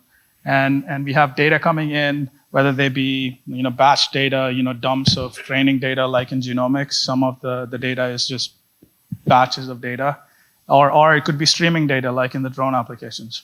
And the idea is that it exposes this API, and we would have insights that come out can be used for monitoring and intervention right at the edge, or it could be used for intervention at a later time, or it could be used for training new models downstream. So it could have an active learning pipeline that allows us to do this continuous data acquisition and inference process. So the team's been working really hard on developing these components.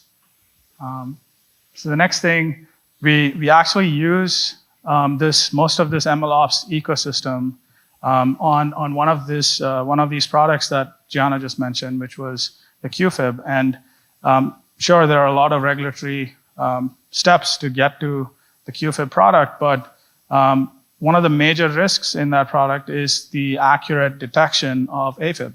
And so we've already started a research project around detecting atrial fibrillation, not just if you have an ECG signal, it can automatically detect not just that AFib exists in this window, but it can also detect the exact onset of when the AFib event occurred. And so we've created what is called a heart suite, and we are in the process of developing it further. It's an exhaustive list of libraries and tools that would process heart-related signals, whether be it from PPG, sensors that come out of the QStat. It could be ECG monitors like the one that we are using for the Draeger, for the PIG monitoring project, or it could be other off-the-shelf systems. Here we're seeing the CheckMe Pro. So yeah, really any heart-related signals coming from ECGs, PPGs. It also can support the inertial measurement, some motion sensors. So there's the suite of algorithms that we're developing would include things like pre-processing algorithms, like removing noise and calibration and all of that stuff. So it kind of streamlines the signal processing workflows that we want to develop and make it simple for any product to consume this as an SDK or an API that we can expose. So one of the first products that we want to come out with is the AFib detection. So the Heart Suite, in addition to AFib, it can do a lot of other things, but AFib is one of the first algorithms we want to come out with. So the screen that you see on there is, in fact, going to be integrated. This is the second thing that is customer facing. Normally, they see this is the output that we provide from a machine learning model. It sees an ECG signal, and there's automatically labels that signal, saying that this part of that signal is AFib, and you want a provider or somebody to validate that outcome. And so we want to provide an annotation tool that can be exposed as part of the provider portal for the doctors and other providers, so that we can gain trust in the model that we have developed over time. So that's one of the things that we're developing. So this hopefully at some point this is going to be integrated into the provider portal that we're going to develop for the QFib product. So this is what everybody's been talking about on the they call it cowbell. Bob called it cowbell, but it's really, it came from that SNL thing. Everybody wants more cowbells.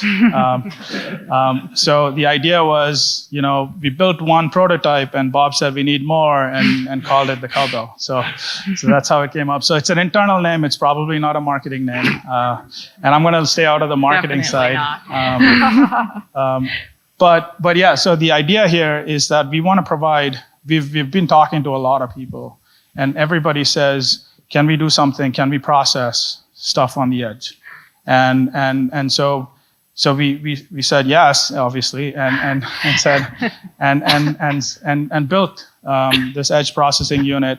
And I think the key features, a lot of people have edge processing units, right? So why is our cowbell unique and different? I think two things off the top of my head. One is the tight integration with the Rajant mesh network. The second is the tight integration with the QStat hardware. So I can explain what I mean by tight integration.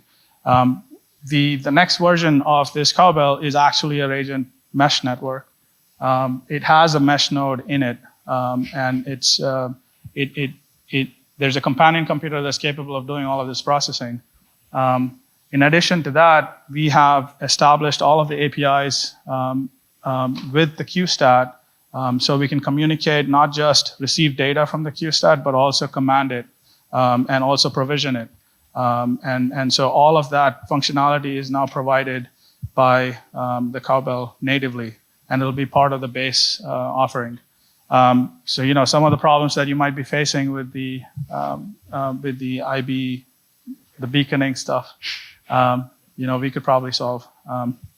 So the other thing, we are actually putting it inside a Radiant-like enclosure that looks a little bit bigger than the Sparrow. The cool thing about this is that we are not just developing the hardware.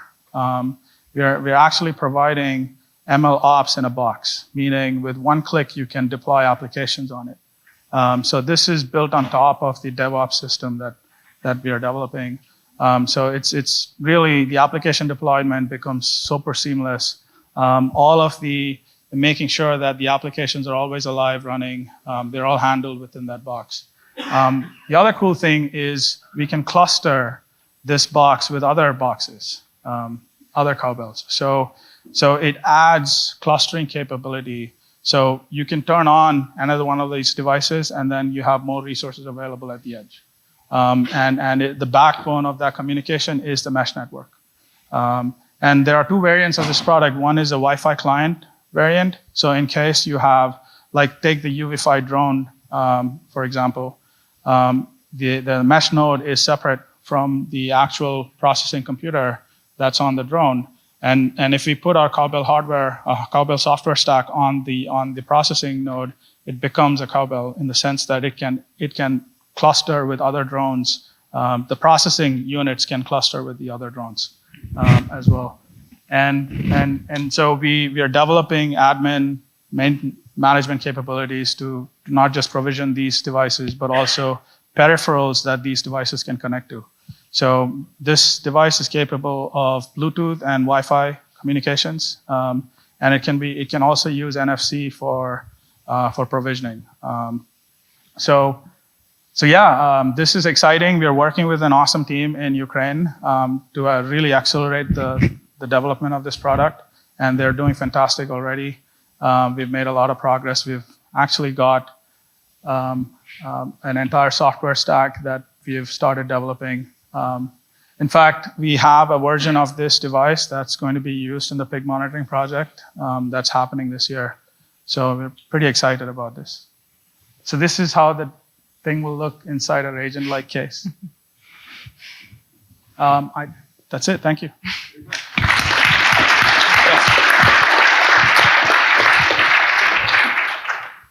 This case can support both the Cardinals and the DX2s. So right now we only have DX2s with us, and you already said 3,000 are on order, and it's not for me. So so I don't want to put all my eggs in that basket. So I thought, okay, so we have something that's already in production, so we're gonna support that, and we also putting in all of the hooks in place for when the Cardinal's ready. The case already has all of those the heat sinks and everything sorted for that purpose. All right, awesome, great.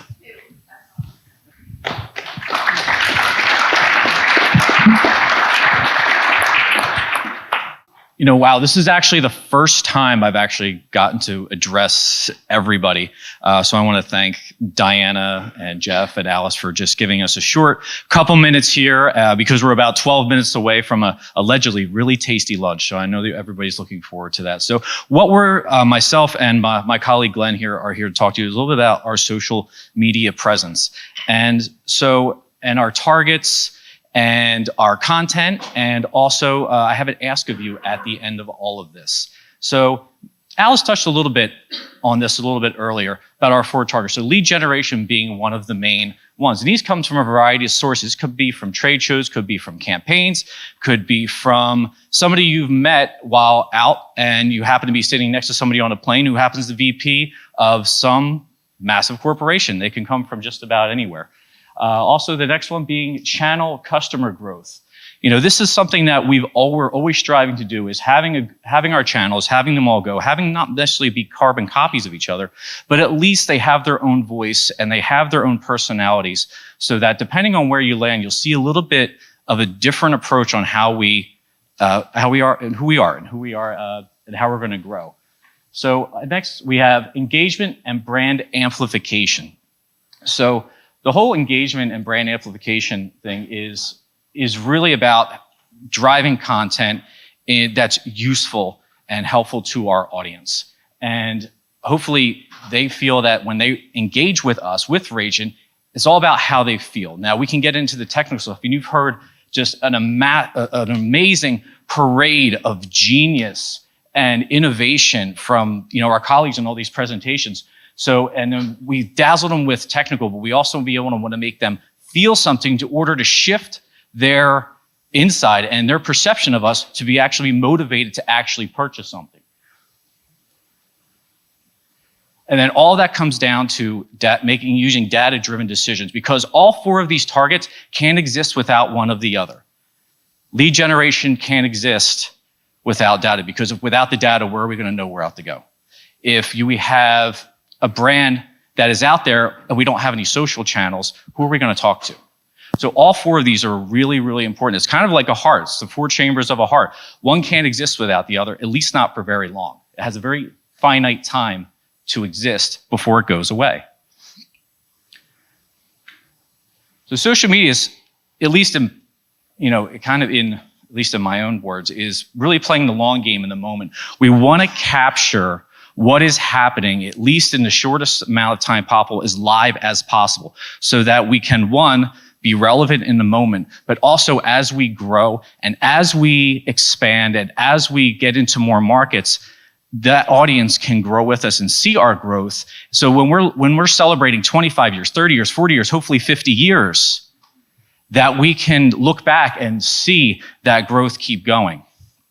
And so the efforts that we make now are going to serve us into the future. So I hope that everybody will take a little bit about what I'm going to ask you in a few minutes, a little bit to heart, because we're all part of this big, important machine that Bob and Paul have been building for so long, that we want to continue and perpetuate the legacy that is going to continue on with Ragent well into the future.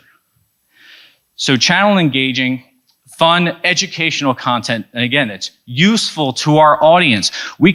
On average, there's 5 billion photos taken every day. Not necessarily posted to social media, but they're taken. And some of them might be good, some of them might be really bad, not creative, bad context, no context. But we want them, at least what we're producing and what we're putting out there and how our customers or potential customers, our prospects, are interacting with us, is to be useful to them in some way. Could be useful to make a decision, solve a problem, hit the wrong button, or promote not only our brand, but their brand. That's why our partners are so important, because this is a small circle, but this is how it works in a B2B, because even though we're in a B2B type of environment, they're all consumers. So we have to remember that at the end of the day. So I'll turn the rest over to my friend Glenn, who has some points. Marketing, we are a small but mighty group. We cannot be everywhere to capture content. As we look around this room right now, all of you, I'm guessing, have a cell phone. And on the back of that cell phone, there's a camera. And in real time, some of you are probably witnessing things that are relevant to the Ragent audience or to our partners. We ask that, and this could be in a meeting, this could be on a deployment, this could be as you're seeing things, as Gizzy likes to say, in the wild, where you take a picture, you then share it with the marketing team, and we look to post it on our various media platforms, everywhere from Twitter to Instagram to LinkedIn. If it's a short video clip, it could find itself on YouTube, on Facebook. We are sitting in all of these places. And keep in mind, each of these platforms have a distinctly different audience. Like our marketing team, each of us, we are looking at particular platforms as drivers for content. Like Gizzy's on Instagram. I'm on Twitter. Alice is on LinkedIn. Liz is on Facebook. Liz is on Facebook. So we are all looking to provide those channels with content. And our audience, they're looking to see things pretty much every day. I mean, we can't afford to not give them usable, good, digestible content that they can then process and think about Ragent as we go forward in the future. Which one is forward? Right? Yep. All right. Let me just add one other thing. We kind of touched about this in a meeting yesterday.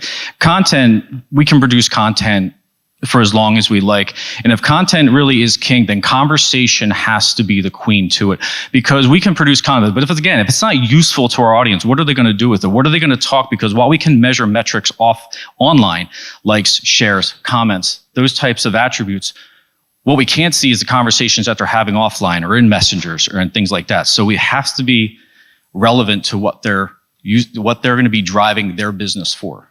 And historically, to go to Gizzy's point, historically, and Paul could speak to this even more, as we do more and more content, that content drives hopefully back to our website. And hopefully that becomes leads for us to grow our product. And these conversations, this content conversation, hopefully funnels to become a lead for us, become new business for us, and to become brand awareness for the Ragent brand. I was speaking about this yesterday in another meeting, the storytelling meeting. Once upon a time, Microsoft was the beast in town, and no one heard of Apple. And, Apple kept chomping away at getting their brand out there, because before Microsoft, there was IBM, and they were the big boys on the street. And in this era of social media and communication, getting our brand out there is actually a little bit easier than in those days, because all of you have the ability to magnify us. Leveraging Ragent's generated and user-generated content is key to how we can grow in other than traditional manners. We can do things. I will point out Al Rivera, who will often send me photos from places that he's at for social content. He will send them to me just randomly. And I thank him for that. But all of you are in similar places, in different parts of the world. We're in 82 countries. That's a lot of places for us to be seeing pretty cool things about the Ragent brand. And this is a foundation on which we build authentic trust. We are literally looking at, I was sitting there I'm on TweetDeck, and I was looking back through all of the tweets that I've done, and you're looking back at all of these interesting things that have happened, and everyone is a little bit better, a little bit different than the next. And this is all because of the content that you all are providing. So with all this content as we produce it, and has anybody here actually, photographer, has like a DSLR? Who's a photographer? Me. Dave, yeah. Lots of photographers. So if we have a few photographers, the best camera that you have is what? The one that you have with you. The one that's in your hand. So whether it's an iPhone, whether it's DSLR, whether it's a Polaroid. Don't say Polaroid. You can still capture, you still have the ability to capture data. So I have a couple tips when you're out there and you're just capturing data, content for us as kind of an extended, almost unofficial member of the marketing team, is just clean your lens. I can say with 99% certainty that there's been a lot of beautiful pictures ruined by a little bit of smudge, a little bit of fingerprint, a little bit of dirt. And it's a lot of work in post-production to help kind of clean that up, okay? Also, I don't know if anybody have you used this. A lot of us use it when we're doing photography, when we first start learning out, but also on a professional level, I still to this day compose with a grid. So I reached out and I touched base to the Rajant male modeling department, and I got a few of these guys here. And so I compose with a grid, and the grid comes with what's called a rule of thirds. So there's a series of cross sections here that can help divide a photo into sections, and really the key ones that come into play is what really drives the focus. It's the subject of your photo. It can help drive the eye. It helps you drive attention and where you want your viewer to look at your photo. And then another piece of it is framing, composition. There's only about 4 inches, maybe only in a picture, maybe about 3 millimeters of space before his foot goes out of frame. Now, it's a little thing, but it separates the good pictures from the great pictures because it shows that there was time to take composure. It was purposeful. They were purposeful when they framed this. Maybe it was a mistake. Maybe it's a fluke. It happens sometimes. But I believe in purpose, right? I know Martis made sure it was in there. And for next, again, just watch the background because the background can what make or break the context of the photo just as much as the subject. So look here, we have three folks from Rajant. We have Reddit Trade Show. We have Rajant brand. We have Trisome brand. All our partners. There's product. You have product over here, down on the side. You have products around. You have product right here. It's just a very well organized. What it does is it basically communicates to you a lot of information, but very quickly all at once. So those are just some quick tips while you're out there that we ask you why. Clean your lens, use the grid. It's on every iPhone, on every Samsung. It's a little setting. You just go over and you'll see it pop up. It's not very distracting. I still use it to say on every single photo I've taken. And I feel like my photos have become a little bit better because of it. The other thing with photos as well, if you look at this, the radio, had this picture been framed a little bit to the right or to the left, the antennas would have come out of the gentleman's head in the middle. Exactly. So this was framed perfectly because had that been framed to the right, you would have been distracted by the radio and not looked at the people at all. So this was a perfect example of a photo composed in the correct manner. Yeah. And Stephen had some great examples as well. I mean, look at Kelly up on that tower. Now, we don't want Kelly taking a selfie up on that tower trying to get the open angle. We're not here for likes and shares and that type of capacity. But that photo gave an immense amount of context and communication. It didn't matter how high up he was. It didn't matter if it was 300 feet, 40 feet, 30 feet. You knew he was high up. I bet each of you, at least some of you, felt a little bit of fear in that moment if you're afraid of heights. Even if you're not, you could feel that in that photo. So now that we've gathered all this content, you took your photo, it's clean, it's purposeful, submit it to us.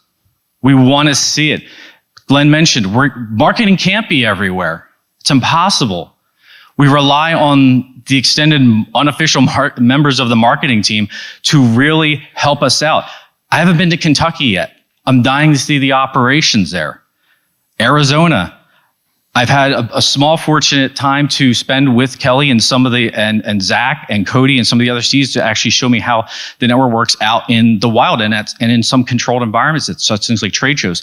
And it's really, really remarkable. And we've gathered some great content because of it. So when you're submitting these, here you go. We have an email, just Rajant Marketing. I think we've been, affectionately every once in a while been called the crack marketing team. I think that term's been used once or twice. And looks familiar. Yeah, attach the photos.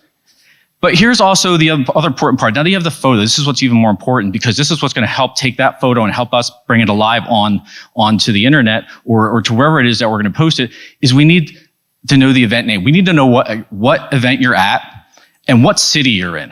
It's very important because as a global company, a truly global company, we could be anywhere in the world. And it just shows It shows our variety. It shows our distance. It shows our reach when we get into amazing countries like Kazakhstan or Australia or Canada or Norway and Netherlands. It's South Africa, just how far we really do reach. And then please, if you can, I'm begging you with all my heart, please tell us who is in the photo if you know who they are. If you can, left to right. It's immensely helpful for us when we go to tag them on LinkedIn, tag them on Facebook, tag their company. So their name and that company, that's vital pieces of information that we can communicate to our audience. And then if you have any other context that would be helpful when we go to push this out into the world, please tell us. It's vital to the success of not just our campaign or our post, but just to the feeling that everybody perceives the brand as a whole. So my ask of you, my little call to action, is to document and submit interesting content from your point of view. We have a lot of interns. We have new people in Kentucky. We have new people coming into Malvern. Constantly, sales engineers that are constantly traveling, salesmen that are constantly traveling. We want to see all the interesting pieces of the world. I know that when I was first coming into the company and I was hearing about, people going out to, on icebergs and mountaintops, and I really honestly didn't think it was real until I actually talked to these guys and they showed me the pictures to prove it. And then the other one is to participate online. Like, share, suggest comments. If you see something in your field that you think might be relevant to our audience, share that with us so that we can find a way to maybe share it with them so that they can feel like they're part of the conversation, because this is not a one-way street. It's a conversation that we need to have with our audience.